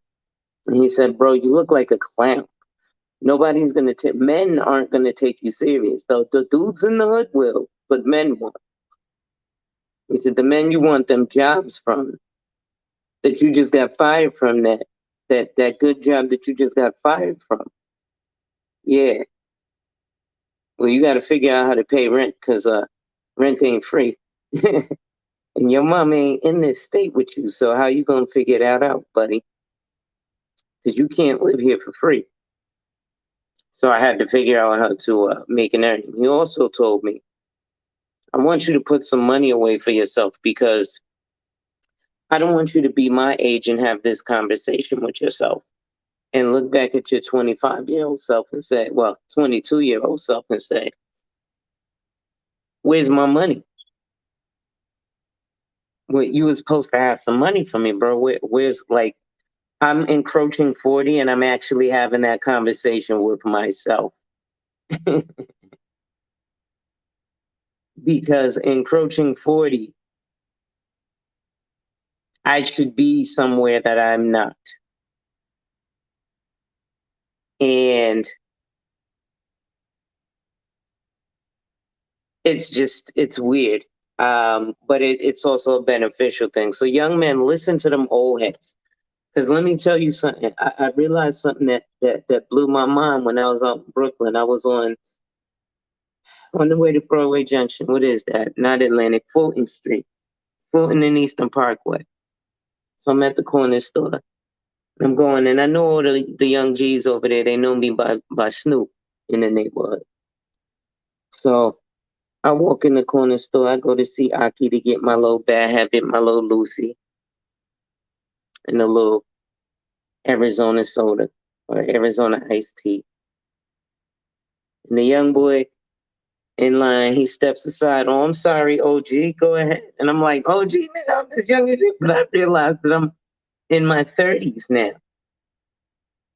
And time goes fast. I still feel like I'm that 18-year-old young buck in high school. And I ain't. LeBron James still feel like he that 18-year-old young buck from 2003. But we know he sprayed on that hairline. So take these gems that these men who are 1, 3, 5, 7, 10, 15, 20 years older than you. Alonzo, that wasn't called for. I just, that was not called for. I'm sorry. I'm too passionate. Hey, let's get Kawafi and then Sheed. I'm gonna drop a link if anyone else wants to come up. I'll go for about another half hour or so. Oh yeah, and I want to tell you earlier, Dr. Zambar, thank you for letting me come up. But I'm always listening to you anyway, so I appreciate that. Yeah. I want to make a point. Well, not really make a point, but respond to what Alonzo said about just being responsible at an early age. That's one thing about Northern parents. They would kick you out as soon as you graduate high school. My mom is originally from New York, but my dad is from Nigeria and San Francisco. And I was born in San Francisco. So I grew up with two responsible parents. Thing is, I left, you know how some parents, they want you to get out. I left at 16 and never looked back. I graduated high school when I was 16, had my own apartment at 16, and got my house at 19 after graduating college. So, I think it's a eagerness to want to just get out. You got to be hungry. I was hungry in everything I did, from getting my first record deal in the music industry, from, getting that education, working 3 jobs all at one time. I was a barber in the daytime, at a barbershop, a security guard part-time, and a correction officer at night. So, but I always knew I wanted to do things in the arts. When you have parents like mine, they, hey, do something promising and that you can get have a career and, have like retirement. Also, insurances, which Alonzo talked about a lot here too. And I also want to touch on what you said earlier about sharing your dreams with the wrong people.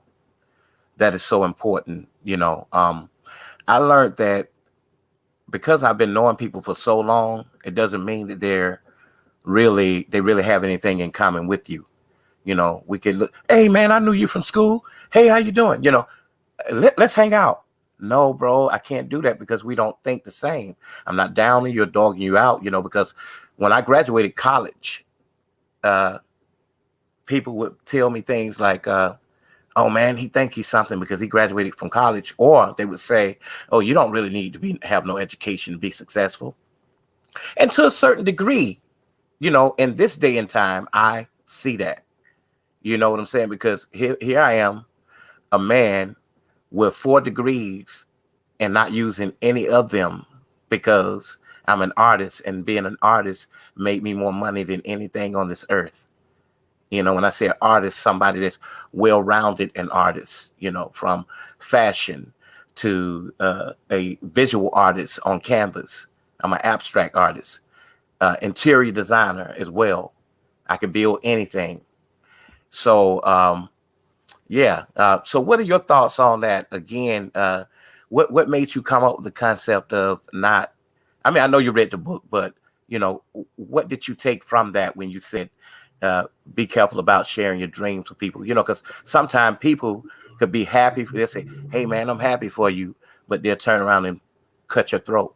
Hey man, I wish they praying for your downfall. Yeah. So first of all, I think for where my financial position was at that point, I was just transitioning from school into my career, and I wasn't sure where I was going to live. I think my father was right from that perspective. However, as I've described, my father's very risk averse, and so his kind of mindset is find that job, find that stable job, stick with that stable job, and that's it. My mom kind of, when this whole thing was going on, I went to her and said, Mom, Dad discouraged me from getting this investment property. And she too said, well, maybe you shouldn't think about doing this right now. And, maybe you shouldn't do this and this. And just in general, not everybody's going to see your vision. Not everybody's going to support your vision. And even with me, working to launch off to become a writer, not everybody understands what you're trying to do. So not everybody has an imaginative builder's mindset. So you just can't share what you're trying to do with everyone. I knew another PhD. I got a PhD. I knew another PhD in the DMV. Very beautiful woman. I think she's a professor now over at the University of Maryland, College Park. And I said, yeah, I'm working on this book. I have this idea. It's about my time on my high school basketball team and what it taught me about life. Well, she sat there and proceeded to pick the thing apart. She told me, my coach, maybe your coach maybe he just wasn't a good coach. And I was like, well, so you can't, so some people don't want to listen to your idea to learn more about it and to help you flesh it out. Some people just want to poke holes in it and tell you why it's wrong. So I think that's a real thing, whether it's real estate, whether it's writing a book, whether it's starting your own restaurant. Not everyone's going to understand what you're trying to do, and so you can't share it with everyone. Okay, I know it's the next person time, but could you put up on the screen? There's another Dunbar there, and he got a really good message there. What you think about that? Hey, everybody, that's my older bro. That's my brother Amal. He does all the artwork for my blog and for my YouTube channels, and he's showed me how to create quality videos. That's my older bro. So much respect to him. Shout out to him. He says, telling a family member you don't have enough money in the bank is a teachable moment, which should be handled better. You know what? I agree. You know what's funny is that with my father, after a while, I was thinking, why can't we just have the moments that Michael Jordan had with his dad? Because in the media, you know that James Jordan was Michael Jordan's biggest fan, and at least the stories they told to us, they had all these teachable father-son moments, and James would go to all his games. And at some point, I was thinking, why can't me and my dad have that? Well, you get the parents that you get. And my dad communicates in a certain way. It might be well-intentioned, but it's not always the most constructive way of saying things. And it is what it is. So once again, shout out to my brother Amal for his contributions and his knowledge sets. I hope I answered your question.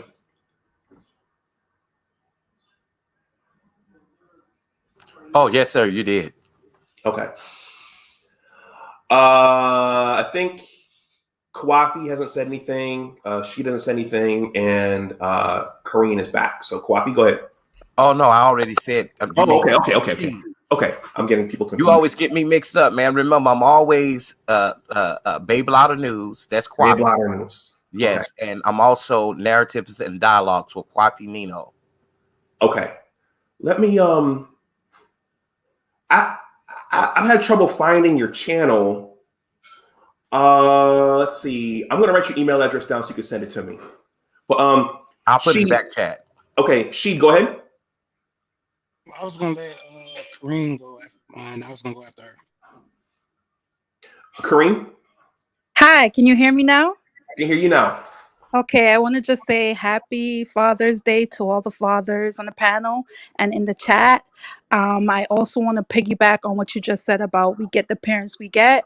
And I just want to big up my dad because my dad basically started out as an orphan. And the fact that he was an orphan and he became such a wonderful dad to me and my siblings and also to his family members. You know, if anybody in my family needed any help, they would always rely on my father. And uh my father is not a father that you would call the typical, like, say that he was super educated. He had basically an elementary school education. He immigrated to Canada first, and then he came to the United States, and and he took care of all his kids. So I just want to big up my dad because he's awesome. And when we get, he's alive, thank God. He's in Florida enjoying his twilight years because he worked so hard to take care of us. And I just want to say that to this panel that we should big up our dads because they're coming from a different generation. My dad is, I think, silent generation. I think he was born in the early 40s, so that's silent generation. They communicate differently, but that don't mean that they don't love us. And big up to all the dads. Okay, that's all I wanted to say. Well, thank you, Kareem. And one of the things that I've learned in my journey is that the older we get, we start to realize that our parents are people too, with quirks and issues and hardships and pains of their own. And you just, those are the parents that you get, and you just got to do the best that you can with what you have. And there are a lot of kids who don't have parents, and there are a lot of kids who have completely dysfunctional relationships with their parents. And I think that well-intentioned parents, they're doing the best that they can and the best that they know how at that particular time. Because I hear it said there's no handbook on being a parent. So I've had to learn that over my own journey. Anyone else? She, you can talk yet. Go ahead. Okay. Yeah. In regards to, just learning things and a lot of stuff, it was self-taught for me or just, kind of picking it up by doing my own research. And it's funny that we having this discussion. I was talking to my wife and when we was buying our first house, what was it? Well, basically, okay, when we had a discussion about buying, I think it was what house? But basically, we're just having a discussion about buying the house. And when it came down to it, I was trying to make my wife be more into all the paperwork and everything. And she was like, well, you're a little more savvy than me. And I kind of pushed it on her to do everything. And in return, she got mad at me. She was like, well, you know more about buying a house process than me. I said, yeah, because I looked it up and I did the research on it. I said, I know just as much as you, and we're both coming from the same plane, but in a sense that I took the time and it looked at what I was dealing with, that's how I got a better understanding of the process. With her thing was, well, I just give everything to you and let you handle it. I'm like, no, we both need to know more about this because these are the things we got to teach our kids. And I always refer to her, not just saying I'm going to leave early or anything, but if anything happens to me, she got to be, understand that she's got to take care of herself. I always do this because my parents died at a young age. So even with my younger kids, I teach them and my older kids the same thing. You got to learn how to do things on your own. You got to be more savvy on, if you want to get into something, it's true you can have a mentor. It's true you can have people that are, in your corner that's backing you and helping you. But at the end of the day, you got to take that first initiative step in learning the process on what you want to do. So it's like sewing. If you want to know how to sew, you can take a class on sewing. But I mean, like I tell people, the way the internet is, you have videos. If you can't read, you have videos that show you, step by step. If you can read, you have, blogs, websites, all these things guiding you in the proper direction. So to an extent, it's a hardly that much of an excuse. Even with mentors helping you, you can go take classes and stuff. So the whole thing is, the process of you learning and giving that to your kids. Because I was on Roger's channel one time and I was explaining to the guys that, it's my goal for my kids to, have a higher education than me, have, more business than me. If I have one, they gotta have two. And speaking to the reference in which your dad was giving you that direction about the money, that was, it was a hard pill to swallow, but at the same time, it made you understand far as if he just gave you the money and you had a bad deal, just like you said, it would have messed up a kind of a relationship between you and your father, because in one sense, you might not have been prepared for it and you dropped the ball, or in another sense, you probably did everything right, but it was somebody else on the other end dropped the ball, which in return make you still look bad. But initially, you know what I'm saying, learning the process on how things go, where you didn't actually need anyone, where you can do it yourself, it was a greater reward for you. Yeah, I agree. And I would encourage everyone, if you have an idea, I'm not saying don't ask your relative, and friends, but just be careful with it. Because if you lose someone's money in a deal, first of all, explain to them that it's an investment idea. But if you lose the money, that could stain your relationship for years to come. Rael says, many times people will pray behind your back, hoping you don't achieve your goals that you share with them. Yep. So you got to be careful sharing. I want to shout out Rael. I'll drop the link one more time. If you want to come up, and Rael, you always have something deep and profound to say. If you want to come up, you're welcome to come up. Shout out to Malika. Shout out to Art Newstall. I see you out there in the chat. I'm going to read the super chat here from Chris. It says, I like your channel. Keep up the good work. I appreciate that.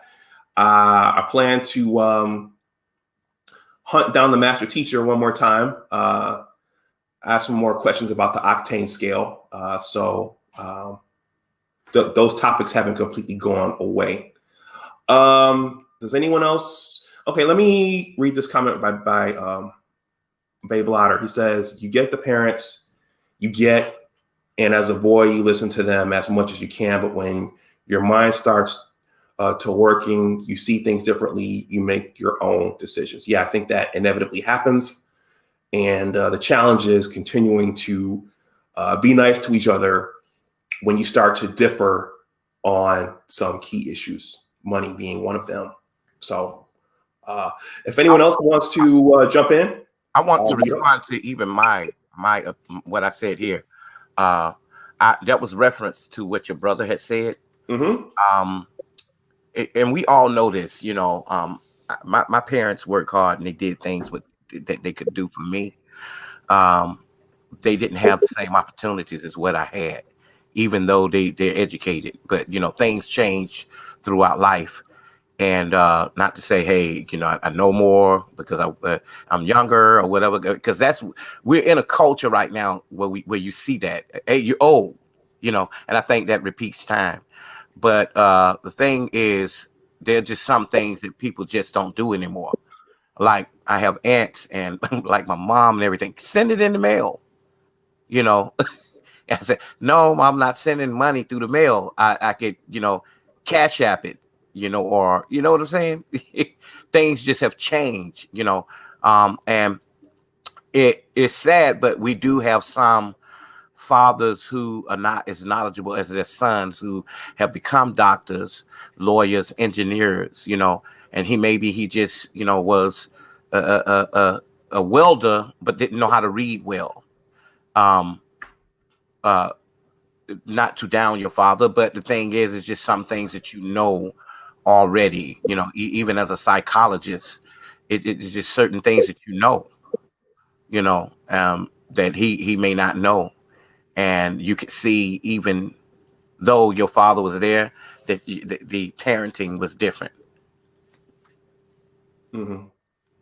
Yeah, the other thing is that there are so many tools available to us today. It's just a much different world than it was even back in the 1980s. With all this technology and all these different ways of making money, and it's just a different world. So that in itself creates uh, differences in approach and differences in paradigm that might exist between the generations, and just that mentality: get one job, stick with that one job for the duration of your career and the duration of your working days. Um, that's probably what you did 50 years ago. Some people, I've been in my current position for about 13 years. I'm looking for something else. I'm getting a little restless, but even some of my own peers look at me and say, wow, you've been there for 13 years? Pops tells me, if I were you, I'd keep that job. You have tenure, right? Yeah. Okay, well then, yeah, keep the job. But I guess what I'm saying, Kawaki, is that I dream about not going to a job sometimes. I dream about, making my own money and being independent. So, I may be an employee for the rest of my life, but I dream about not trading my 8 hours every day. I don't think that you will be, Dr. Dunbar. Thing is, you talk to brothers like us who have had businesses since we're 19, and we'll find what's unique about you and get that money flowing. Okay. How about that? All right. Everyone, we've been joined by Rael. I'm going to pass the mic to Rael, see what he has to say. Thank you for being here, Rael.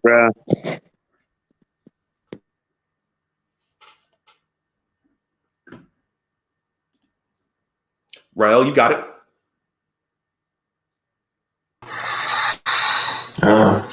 Happy Father's Day. All the fathers, all the mentors.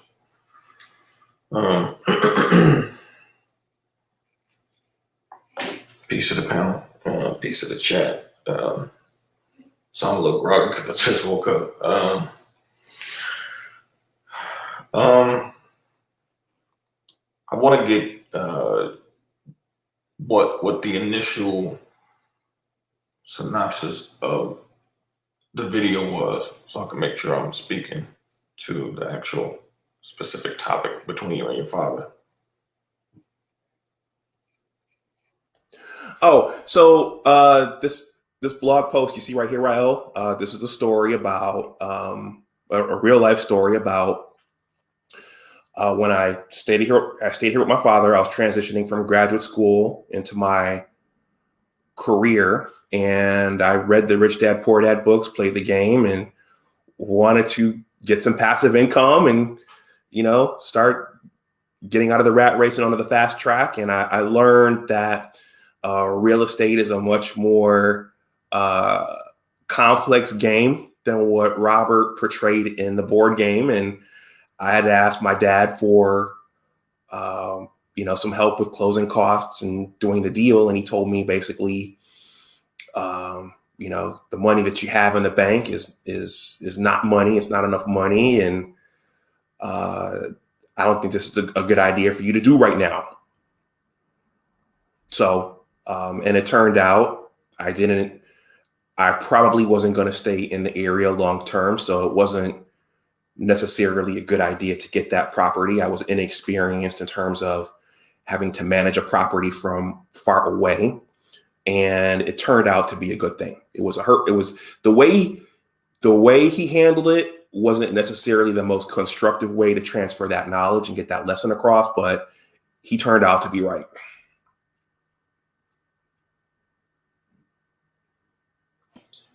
Why do you feel he was right?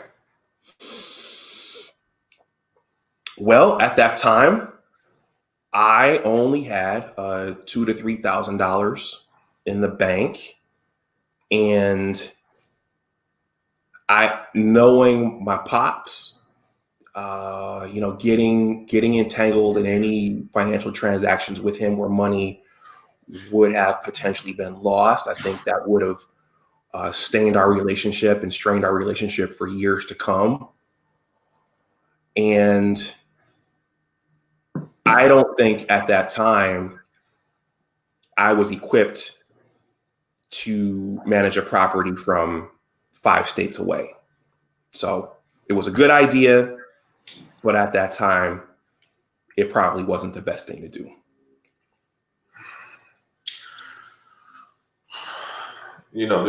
This money situation in Black families is a very touchy issue.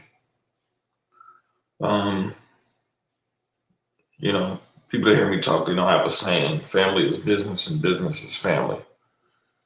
And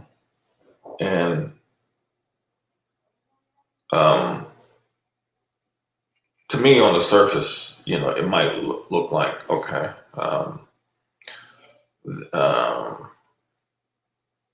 that it was a good decision, but I'll take a different approach. One of the things that Asians are known to do for their children is to establish credit for them at an early age. So when they get older, if they need to go to a bank and get a $50,000, $100,000, $150,000 loan, they can go and do that. I used to have a homegirl that died some years ago, and she talked about how if she needed something for business, how both of her parents, because their credit was so good, how willing they were to actually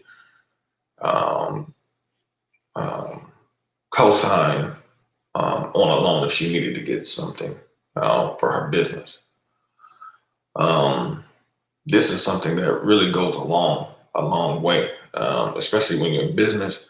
Sometimes you might need that cosign from a parent, for example, and that can get you over the hump. But because many Black people tend to be risk adverse when it comes to business, they will not want to engage in business because they fear loss. And you can't even approach business with the fear of loss. You can't. It doesn't mean you be stupid, but you have to be measured in how you approach it. And so, I don't know if that was a strategy that y'all talked about, but Robert Kiyosaki, he also has another book where called Why A Students Work for C Students and Why B Students Work for the Government, and talked about a lot of the stuff that he talked about in Rich Dad Poor Dad, and just a certain mindset, as it relates to business, because for a lot of people, business is scary. And so, but you can't really approach it from that particular perspective. I would think that another approach could have been like, how could you go about actually designing a strategy that would allow you to get the property and actually be able to manage it? Because you got people out there. I mean, you got property management companies everywhere, that can manage your property for you. So there are, like Jayshawn was talking about, people in professionals that you can pay to actually actualize what you're trying to do. But it is a risk. I mean, there's no doubt about it. Engaging in business is a risk. But it's a worthy risk to me, just because it's the ultimate investment in self. That's why I think it's something that Black men need to actually engage in more, because it's the ultimate investment in self. And even there's a part of you that even says, that you were talking about when you said that, you You might not necessarily want to work a job forever. You might want to strike out on your own and do something else. That could have been a moment in your time where, because that situation played out like that, now from that particular point on, you played the safe route for a long time. When had you engaged, you never know what could have happened. It could have really turned out well. It could have not, but at least you would have had that. At least you would have had that experience of knowing next time, once you get back on the horse, of what not to do. Because sometimes it's not about not knowing what to do. Sometimes in business, it's good to know what not to do as well. I agree with that, Rel. I'm going to read the super chat and I'm going to respond to what you just said. Let's see. Lionel, thank you for the $5 super chat. He says, many ruin their financial record by not learning how to build and maintain good credit. Too many parents get away without teaching their children. Okay.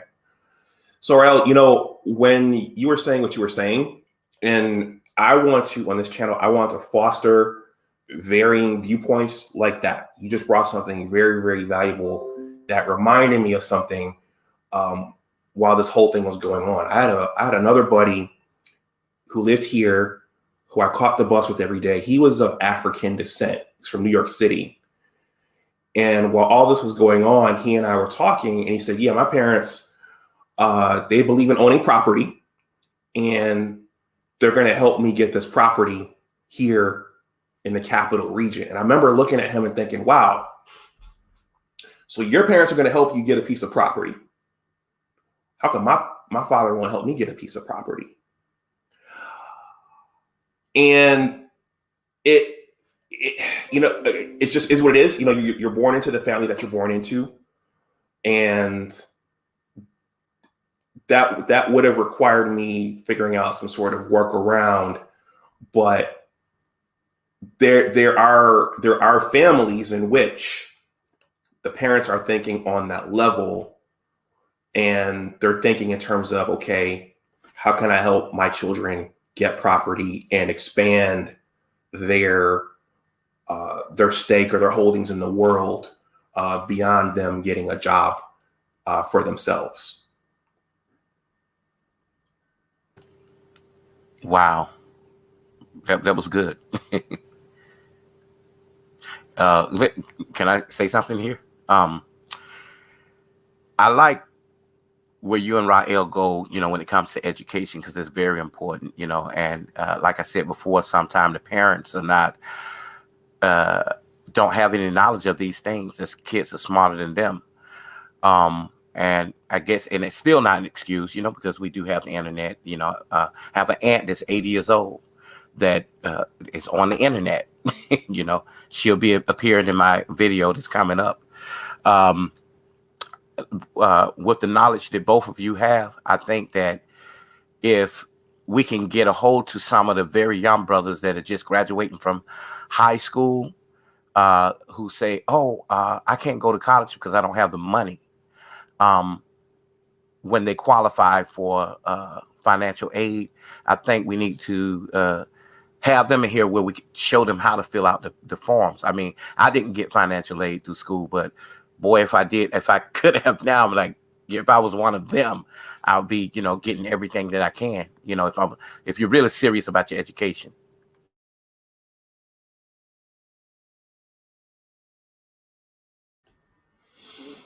Okay. Does anyone else want to say anything or add it to anything we've discussed? Yeah, I want to say one thing about the someone had mentioned Primerica, and as financial professionals, we tend to bash that company a lot in my industry and give it a bad reputation. And here's one thing I do want to say about it. Number one, they have a great business model. When they say things like buy term and invest the rest, there are positives to that. So that is one strategy in a financial plan. that for people who may have a lower income or things can be cost prohibitive, it can make it not be cost prohibitive. So their model is definitely a model that can be successful. Even when they speak of things like the rule of 72 or the 80-20 rule and stuff like that. However, the best thing to do with a lot of those 3-letter companies is to they also have a low cost of getting a lot of these financial products. For example, Primerica generally requires you to carry your life, health, accidental, or you can just carry your life because they don't really sell health or accidental. But then they require you to get your 6, 63, and 24, and now your SIE in order to get your 6 or 63. These are all licenses that allow you to sell different products at different levels. But what they do is they offer you a low cost barrier. So I tell people all the time, listen, get in there, get your licenses for whatever, a quick $100 or whatever it is. I think it's only $100, which is not much. And, just get those licenses, cut your teeth a little bit, and then come to death row and come see me. But no, really, come to another company. Another thing is you can also be independent. You don't have to be captive to one carrier or company, and that actually allows you to serve your client better. You will eventually pick 1 to 3 companies that you find suits you and your client base best, but you want to be able to have the option to, for certain circumstances, bring different products and services to your client to do the best thing for them. And when you do the best thing for your client, they love your nuts and bring you other people.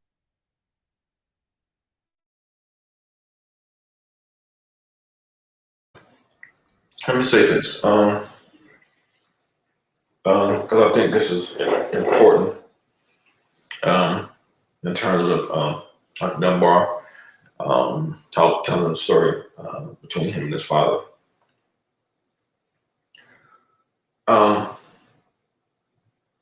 We have a big problem generationally. And what I mean by that, there's a consciousness, a level of consciousness that exists in the previous generations in terms of, especially baby boomer and between baby boomer and Generation X. And Generation X, especially, but millennial for sure, millennial as well. We're going to have to understand and really accept the fact that many of these people are not equipped to really advise you in the things in life that you really need advising on. And thank goodness that you live in a country where even if your parents come up short, and they're going to come up short in so many ways, but specifically speaking about financial literacy, the reality of the situation is that most of us cannot take money advice from our parents. We're just going to have to really, really accept that fact. Most of our parents' generation represent a generation that basically was about go over here, work a job, keep your mouth shut, don't rock the boat, and try to stay on that job as long as you can. Because in a lot of those people's minds, getting that job with white people was success. Which was kind of opposite of the silent generation because they did a lot of building, they did a lot of business formation, and so they rocked the boat in a wrong direction. So our generation and the future one, millennials, we have to right that ship again. This is why business is such a trendy thing and such a taboo thing at the same time in Black America, because the integration generation spent so much time trying to go get that job with white people, because to them that was the measurement of success. This is a very powerful subject, because at the end of the day, like, you're going to need money to take care of yourself. And unfortunately, many of that generation is just ill-equipped to help you as it relates to money. Many of the people in that generation, especially the women, are leaning on their children for money in their old age. Especially the single women who never got married. They're not really equipped to tell you about your money, man. They're just not. They're not a professional. They don't have the expertise. They haven't never engaged in business on that kind of level. So it's not something that, I'm saying that, you attack your parents with. It's just, you need to understand that they really don't have it to give you. And you can't get mad at them really for not having it to give you either, because that ain't gonna solve anything. What you really need to do is connect with people who can give you the information that you need. People like Alonzo, for example, who can show you the strategies necessary, so that even if you work in a job, you're funding something somewhere else that's going to give you ultimately the freedom that you really want to have long term. Because you're not going to be able to work a job forever. I mean, I don't care. This ain't slavery where you working yourself on the job until you die. They're not giving it to you like that. You're not going to stick with that one job for the rest of your life. That those days are over. So you're going to have different type of strategies. Life insurance being one of those things that Alonzo talks about, that can help you navigate the financial world. Because we talk a lot about social things and things like that, but at the end of the day, we're the financial capital of the world. We're in a capitalist system. Like, you are going to have to get to the point where you understand that being knowledgeable and strategic in that particular realm in terms of finances is going to allow you to have a high level of quality life that you should be seeking. So just keep in mind that the people who went before you, and especially in terms of baby boomer generation, many of them are just not equipped. I mean, just look at all the Black politicians that we have out here, as far as like House of Representatives and things like that. Do they really come off like they really know anything about money? No, they don't. But their talking points is still stuck in the 1960s. And that's why they always talk racism, because they don't have anything else to give you but that. But you need more than that. You don't need to be traumatized all the time. You know what I'm saying?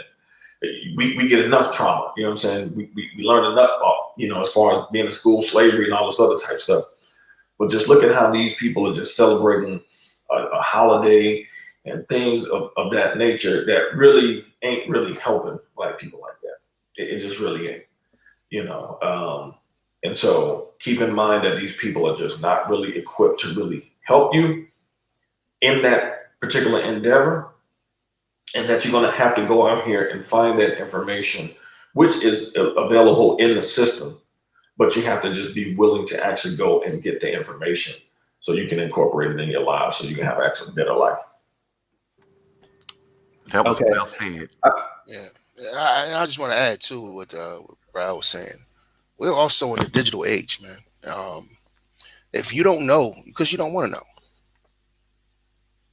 You really don't want to know. That's right. You know what I mean? My mantra has always been, business is life and life is business. I run my house like a corporation. My spreadsheet, if I was to show it to you, I'd be like, oh, this dude's crazy. I account for every dollar that is spent. Not every cent, but every dollar. I round up. So I know exactly where my money went and where I can also project where my money is going. I have spending plans. all types of, calculations built into my spreadsheet, and I can change things on a whim and change direction at a whim. So,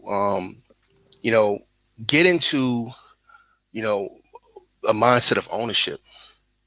That's what America's about.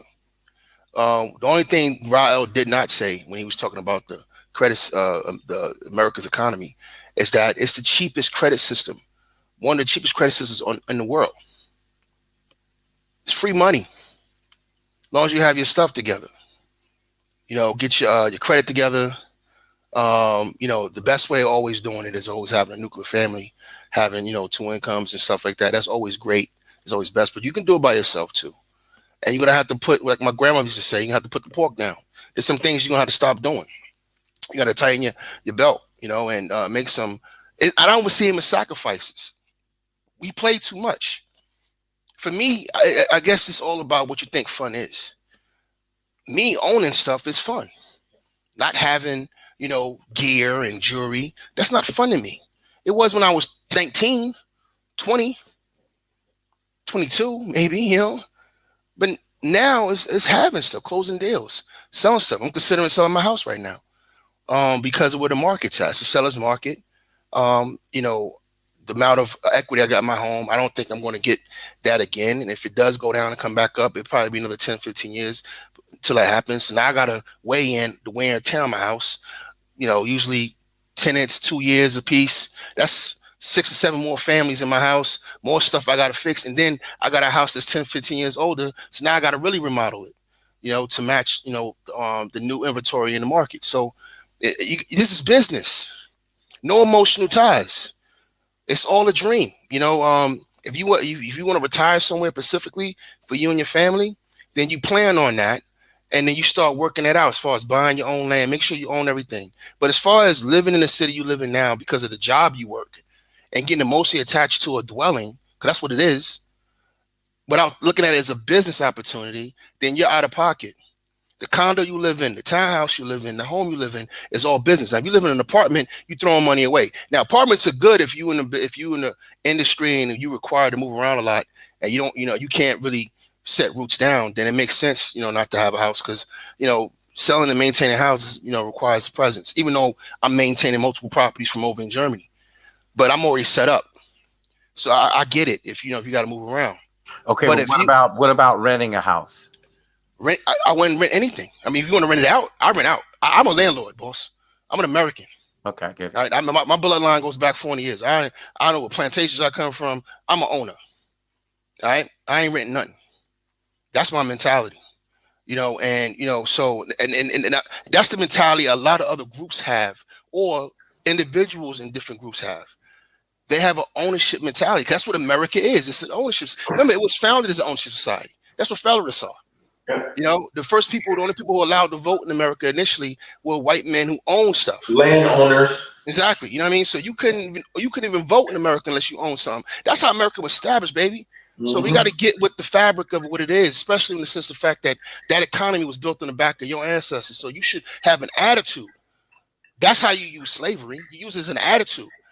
You know what I mean? To build out of. You know what I mean? So, I want more. I deserve more. My family deserves more. And if your bloodline didn't give it to you, then you be the start of it. Thank you. All right, you be the foundation. Nothing was given to me. I come from the crack 80s eating potted meat and Spam. Preach, bro. I got properties all around Arizona. I got 2 houses in Stafford County, Virginia, and I got a co-owner of a home in North Carolina. I'm not messing around. No, that's right. That means I had to put the pork down from time to time. You can't play your way through life. It's not going to come to you easy. We got work to do, black men, and we got to start doing business with each other too. You got to start working. I want to say this. What I like about what you're saying right here, the whole point you're saying is, it's nothing personal. It's business as usual. Mm-hmm. We can get out of all the Juneteenth shit. Get past all that. At the end of the day, it's about what you have. That's for your future bloodline. I get that. I like that. Yeah. I want to say that. I'll say this about Juneteenth, and I might be the outlier here, but I actually, because Juneteenth or commemoration for the liberation of slavery in America should have happened 100 years ago. You know what I mean? And that's really a backhand. It's a backhanded diss that it took this long for a holiday, because there's I'm over in Europe where people, they have festivals over here with nothing. You know what I mean? Folk tales. You know what I mean? They have shut the whole neighborhood, the whole town's village down, and costumes and everything, and they commemorate certain situations, whether it's D-Day, V-Day, anything that ever happened, they commemorate it. So I'm for the commemoration, but this is how I would will Juneteenth when we having conversations, because it's a it's recognizing what happened. So, when you're in conversations with other people, the one way you can use is they got to recognize it now. There's no way around that. You got to recognize it now, and that's a great thing, because I never see Jews complain about the Holocaust and use whatever commemorations and ceremonies, and they have many of them. They have a lot of them over in Poland. They have them over here in Germany. They have a lot of things, and they'll never come back and say they're being re-traumatized again. No, they use their pain. They use their pain. They use their suffering. But the difference between them and us is that they come together and we don't. We need to come together with a mindset saying never again. And what happened to them is not going to happen to me. So I have no problem with looking at the past, because that is our past, and the past informs me of how real, how ugly the world can be, and how painful it was for my great-great-grandmother, my great-great-grandfather. You know what I mean? What they came through. So I know I come from good stock, because we survived that. And a lot of people in the world could not and would not. You don't see a lot of Native Americans walking around, do you? You understand me? So we survived a lot of stuff out here. You see them in Reno. You see them a little bit in but they used to be all over. They used to be all over America at one point. You understand what I'm saying? They used to be all over the continent. So my point is this, man. Like we have a tough stock. We're half crazy because of the things we went through, and we're gonna have to establish new order. There's no way out of it. We're gonna have to work our way out of it. We're gonna have to start thinking long term through bloodlines. We're gonna have to raise the generations we want. Raise the generations we need. We got to start doing work with each other. We're going to start finding like-minded brothers and sisters that we can work with and do business with each other. Right. And for the ones that don't want to come, let them go. I was about to curse, Dr. Dunbar. I'm respecting your panel. I appreciate that. I was about to say, F them. Yeah. We ain't got time. This is war. It's kind of like we're war, and it's like triage, right? On the war battlefield, there's some people you can patch up. You know what I mean? And some people you can't. Some people dead, man. You give them morphine, and if you can't give them morphine, then don't give them morphine. Just move on. Yeah, I agree.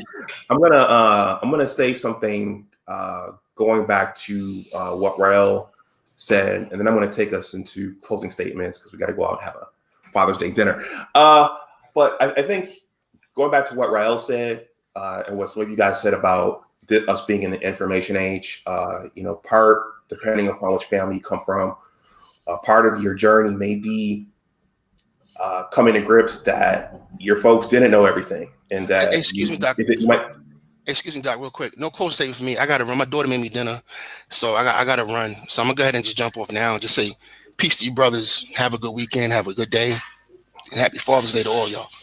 All right, appreciate that, Jayshawn. Okay, and that's, you might have to go outside of your nuclear family into your extended family, and if you can't find the information there, you have to just go outwards to create a new family or find new friends. One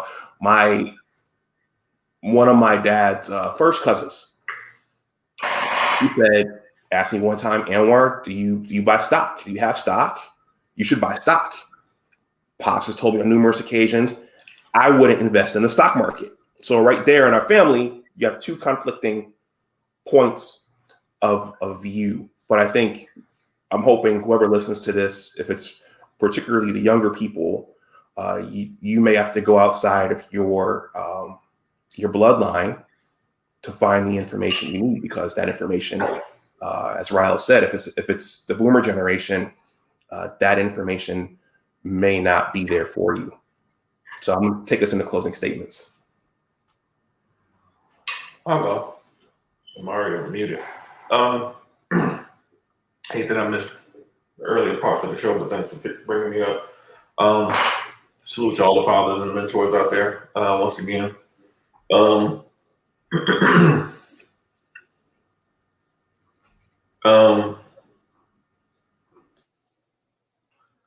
When I used to be on the pro-black stuff in college, I had a professor,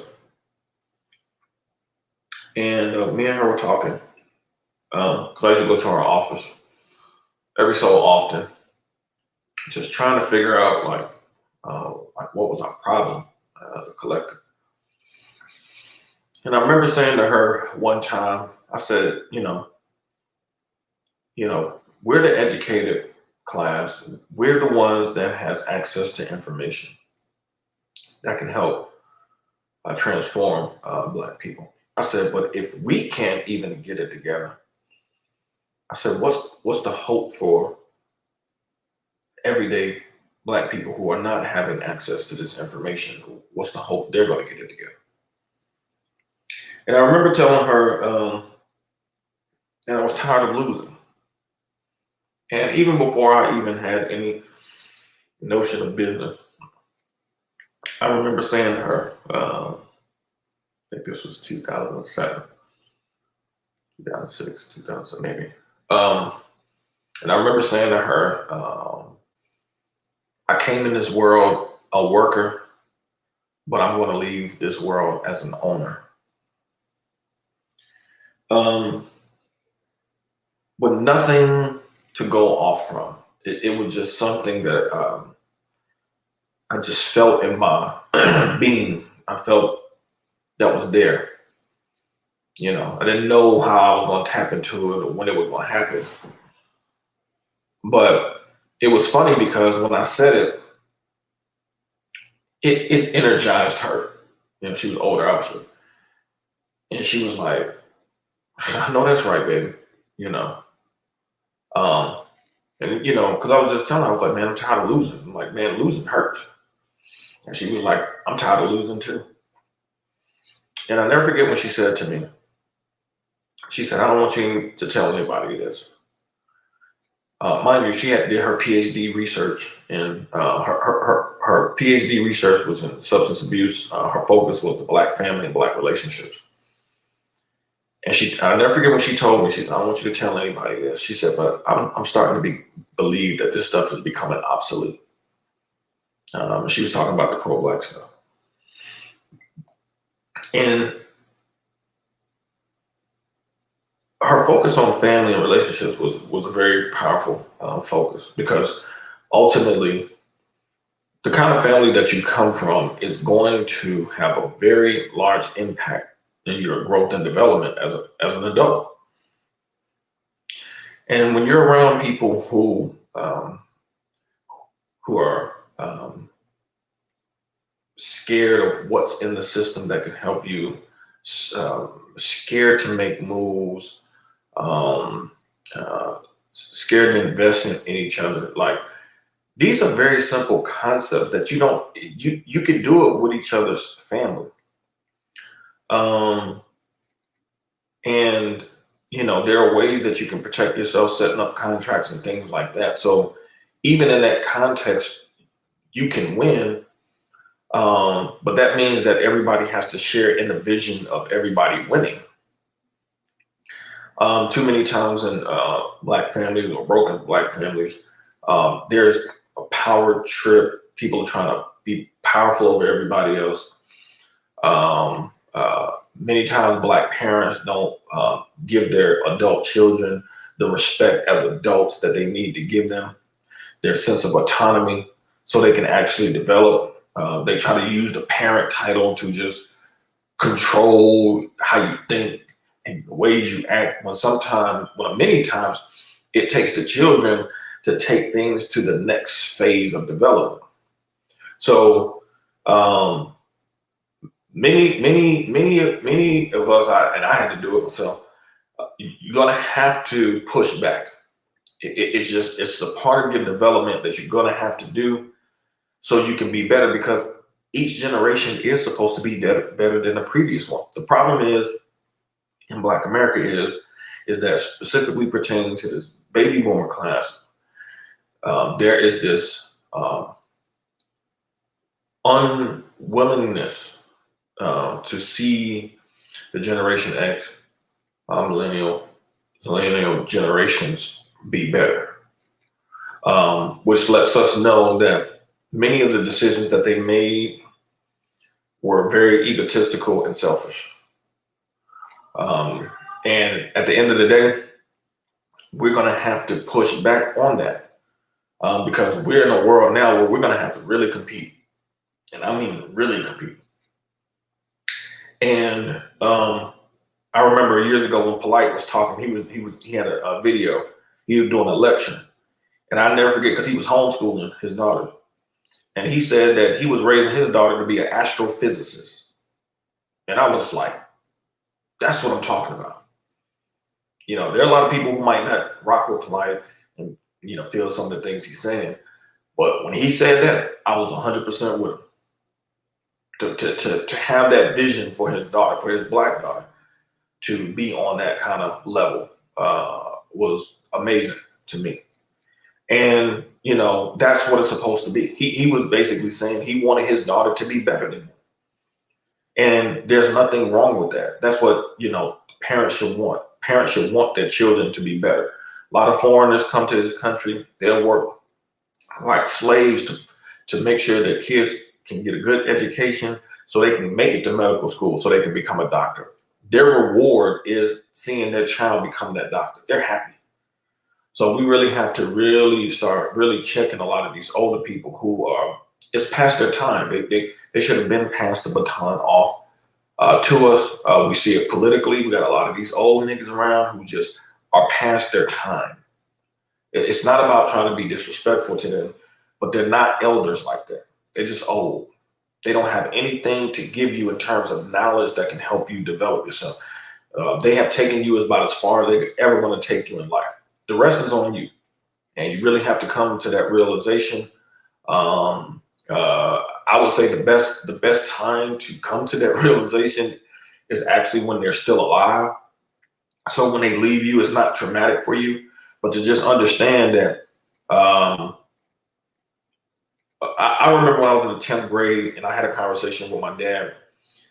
And in this conversation, I can't remember exactly what it was, but in that conversation, I realized at that particular moment, my dad had taken me about as far as he could in life.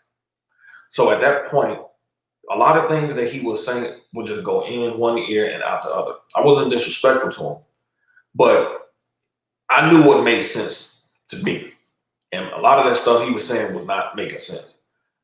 It was emotional, it was irrational, and I didn't need that. So if it made sense, I would roll with it, but most of the time it didn't. And a lot of us are going to have to really recognize that, your parents are really taking you about as far as they can take you because they can't take you to the end. They ultimately you can't take your parents with you in your journey in life. They're just a part of your journey. They're not going to be with you forever. So it behooves you to really develop into that autonomous person that you need to be for your own growth and development. So when they're gone, you really can actually, maintain out here and take care of yourself out here as a fully functioning adult. So when you have children, you can pass on that knowledge and wisdom to them so they can be better than you, because that's what it's supposed to be about, making sure the next generation is better than us. This is why we are in these spaces, so we can give this information to the young bucks who we see all the time, who don't have the answers at home, but they're looking at us to get certain answers. And that's what we want. We want the younger generation, especially the men that come around us, to be better than us as well. And I'll leave it there. Very well said, Rael, as always. Thank you. Next. Yeah, I'll go ahead and close out, Dr. Dunbar.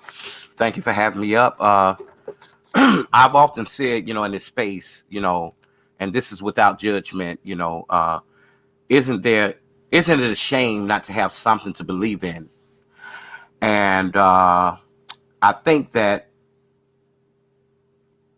even at my age now, again, not real old, but I see brothers that are my age, and they just don't have anything to believe in. I look at classmates, I look at people I've known for years, and and I look at myself and I'm like, man, I've been a whole lot of places in my life starting very young.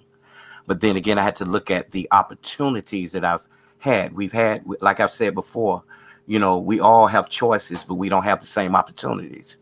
And is that something to be angry about? As we're all seen as angry black men in the public eye. Uh, I don't think it's a bad thing that these brothers are crying out for help, because simply they just don't know. They didn't have the same opportunities. Is it too late? No, it depends on you. It all starts with a belief system. As as black men, and whether you have brothers out there that are complaining, even with direction and no direction at all. So people are going to complain about any and everything. We can blame it on father not being present. Then again, you have fathers that are there, but they're just there. And some of these brothers have to go, out in spaces like this to get the information. So I think that these spaces here are really boosting these guys up to, if they're getting the right information, if they're taught by the right people, that's given the content, they can see a light at the end of the tunnel. So I feel this way too. If Asians can get out there and do things collectively, we can. So I'm hopeful. I'm very hopeful that we'll get it together. I'm hopeful. And I'll close there. All right, thank you, Kawaki. Sheed or Alonzo?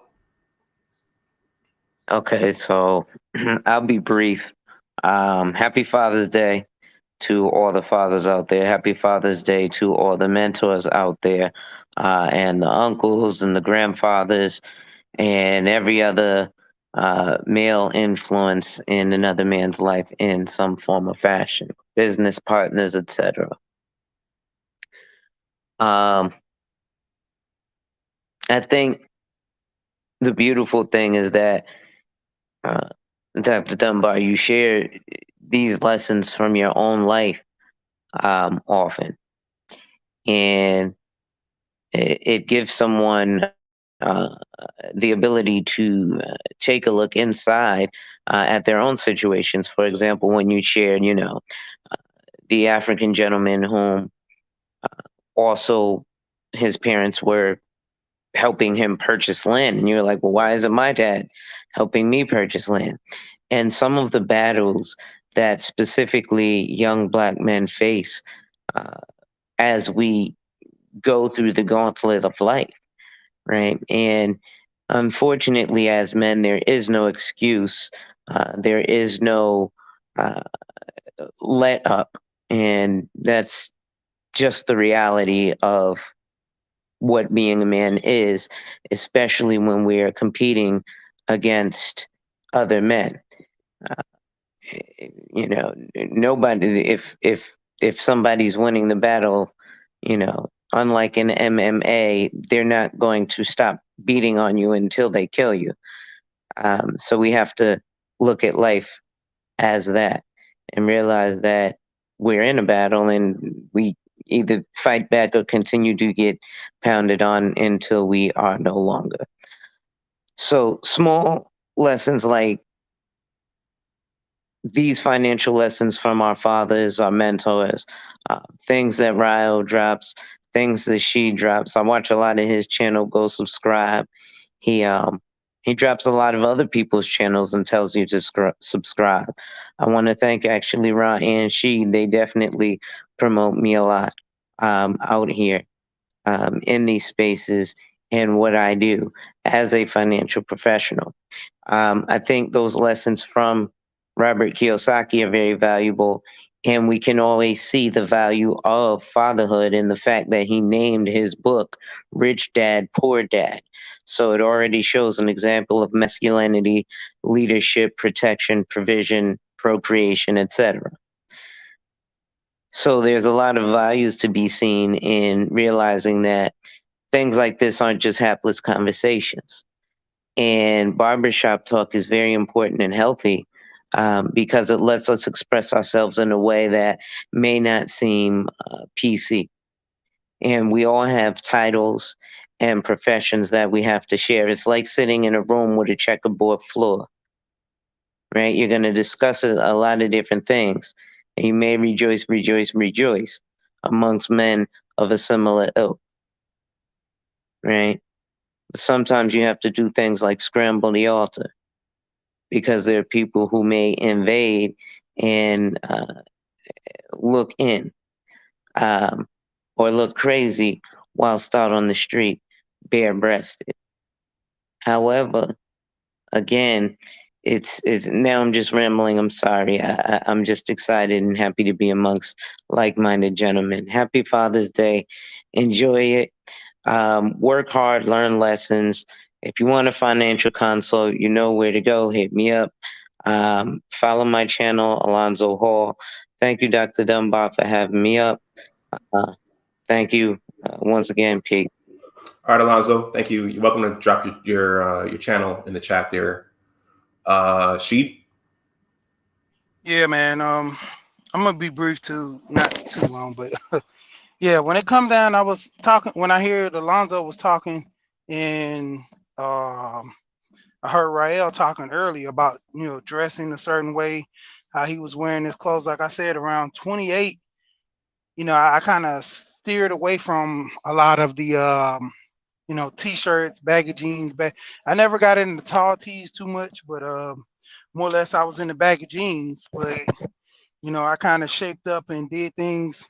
I already knew a path I was, what I'm saying, going to be on. But as I was just living in the moment and living in the area. So, you kind of adapted to your surroundings. Because, I had gold teeth. I had the grill pull out gold teeth and all that stuff.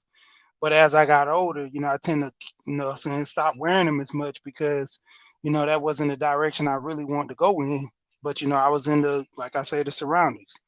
And over time, dealing with the life insurance, as going back to that, I got the life insurance also with the intent, not just having insurance for my family, but what Keely got me interested on getting life insurance was the sole purpose when a guy told me, with this life insurance policy, with a whole life, you can borrow money from yourself, you know, and it amazed me because I was like, with me, getting to a certain age, I can't go to the bank and get a loan. I can give myself a loan, and that's the key.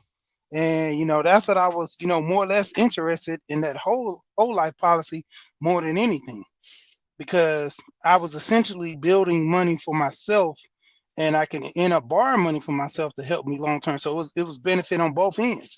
I have the money to prepare if anything happens to me, and I also have the money long term to where if the bank are not giving out loans, I can give myself a loan. So I just wanted to drop that little key jewel about life insurance. And that was one of the biggest things I like. And even with getting it for my kids and my family, you know, it was going to be a beneficial thing for me as well, long term, thinking long term, you know, and dealing with the money that we have right now. Some people have more than others. It's all about how you arrange your money to, benefit you long term. Because, easily speaking, you have a man that works a 9 to 5, and he's putting his family in in a situation for generational wealth long term, far as a guy who's making millions and not really saving and not really investing. And he has the money in the bank, so if he die, he has enough money probably to bury himself, but not far as with long-term investments for the family, because everything is represented right then and there.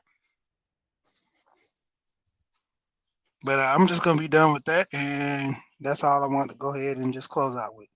And happy Father's Day to the fathers, and also, like I said, to the men that are the mentors, because without them, there would be people like me, who my uncle didn't have kids, put me over his life insurance, and also raised me and my brothers, in a sense of business mind, and to, the things that he did in the past, he elevated himself when he got older. He had a business mindset, and I'm gonna close out with that. Okay, I think that's everyone. That's everyone. Everyone, this is Alonzo's channel. Once again, that's Alonzo's channel. So I'm going to go into my closing statement. I'm just going to say Happy Father's Day to all the fathers and mentors out there. I also want to say that while I want to leave space on this channel to talk about financial topics, I am not a financial professional. So I am a scientist who has, I believe in the power of story. I'm an aspiring writer, and I think I have stories to tell that can help others, which may lead you to talk to professionals like Alonzo, and so that maybe you will know what not to do.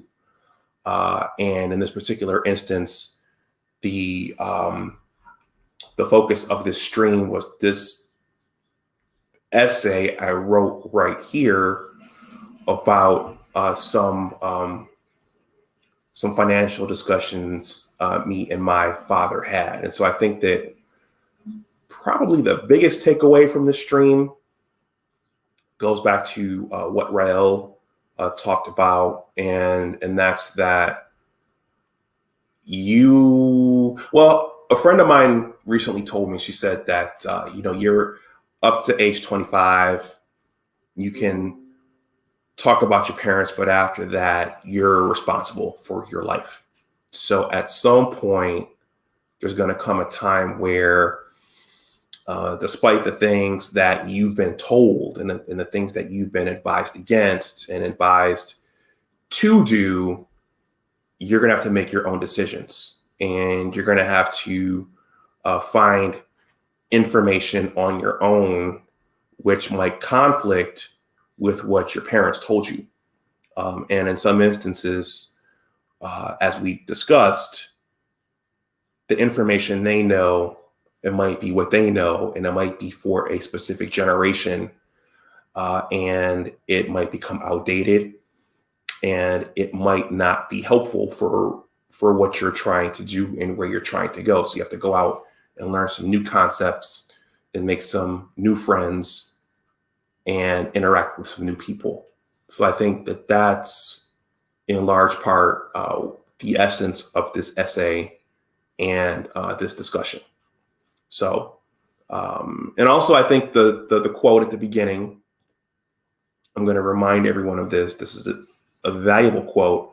How much money do you have saved in the bank? You only have $2,000 to $3,000 saved. That's not money. Okay. It was a tough discussion for us to have. It was tough when he asked me that, but it's something that I always remembered. And it had many, many other applications for me when I left and set out on my own for good. So I'm going to stop this here. Thank you, everyone. Once again, please like this stream, especially if you're watching it on the playback. If you're new, please subscribe, and please share, and look out for more discussions like this going forward, in addition to some of those that we've already had here. So everyone, enjoy the rest of your Father's Day. Please be safe out there. And I will talk to you next time. And I have one more comment in here. This is from Barry. It says, excellent panel as always. Thank you, Dr. Dunbar. Enjoy the rest of your day, everyone. Hashtag Black Fathers Matter. So everyone, so enjoy the rest of your Father's Day.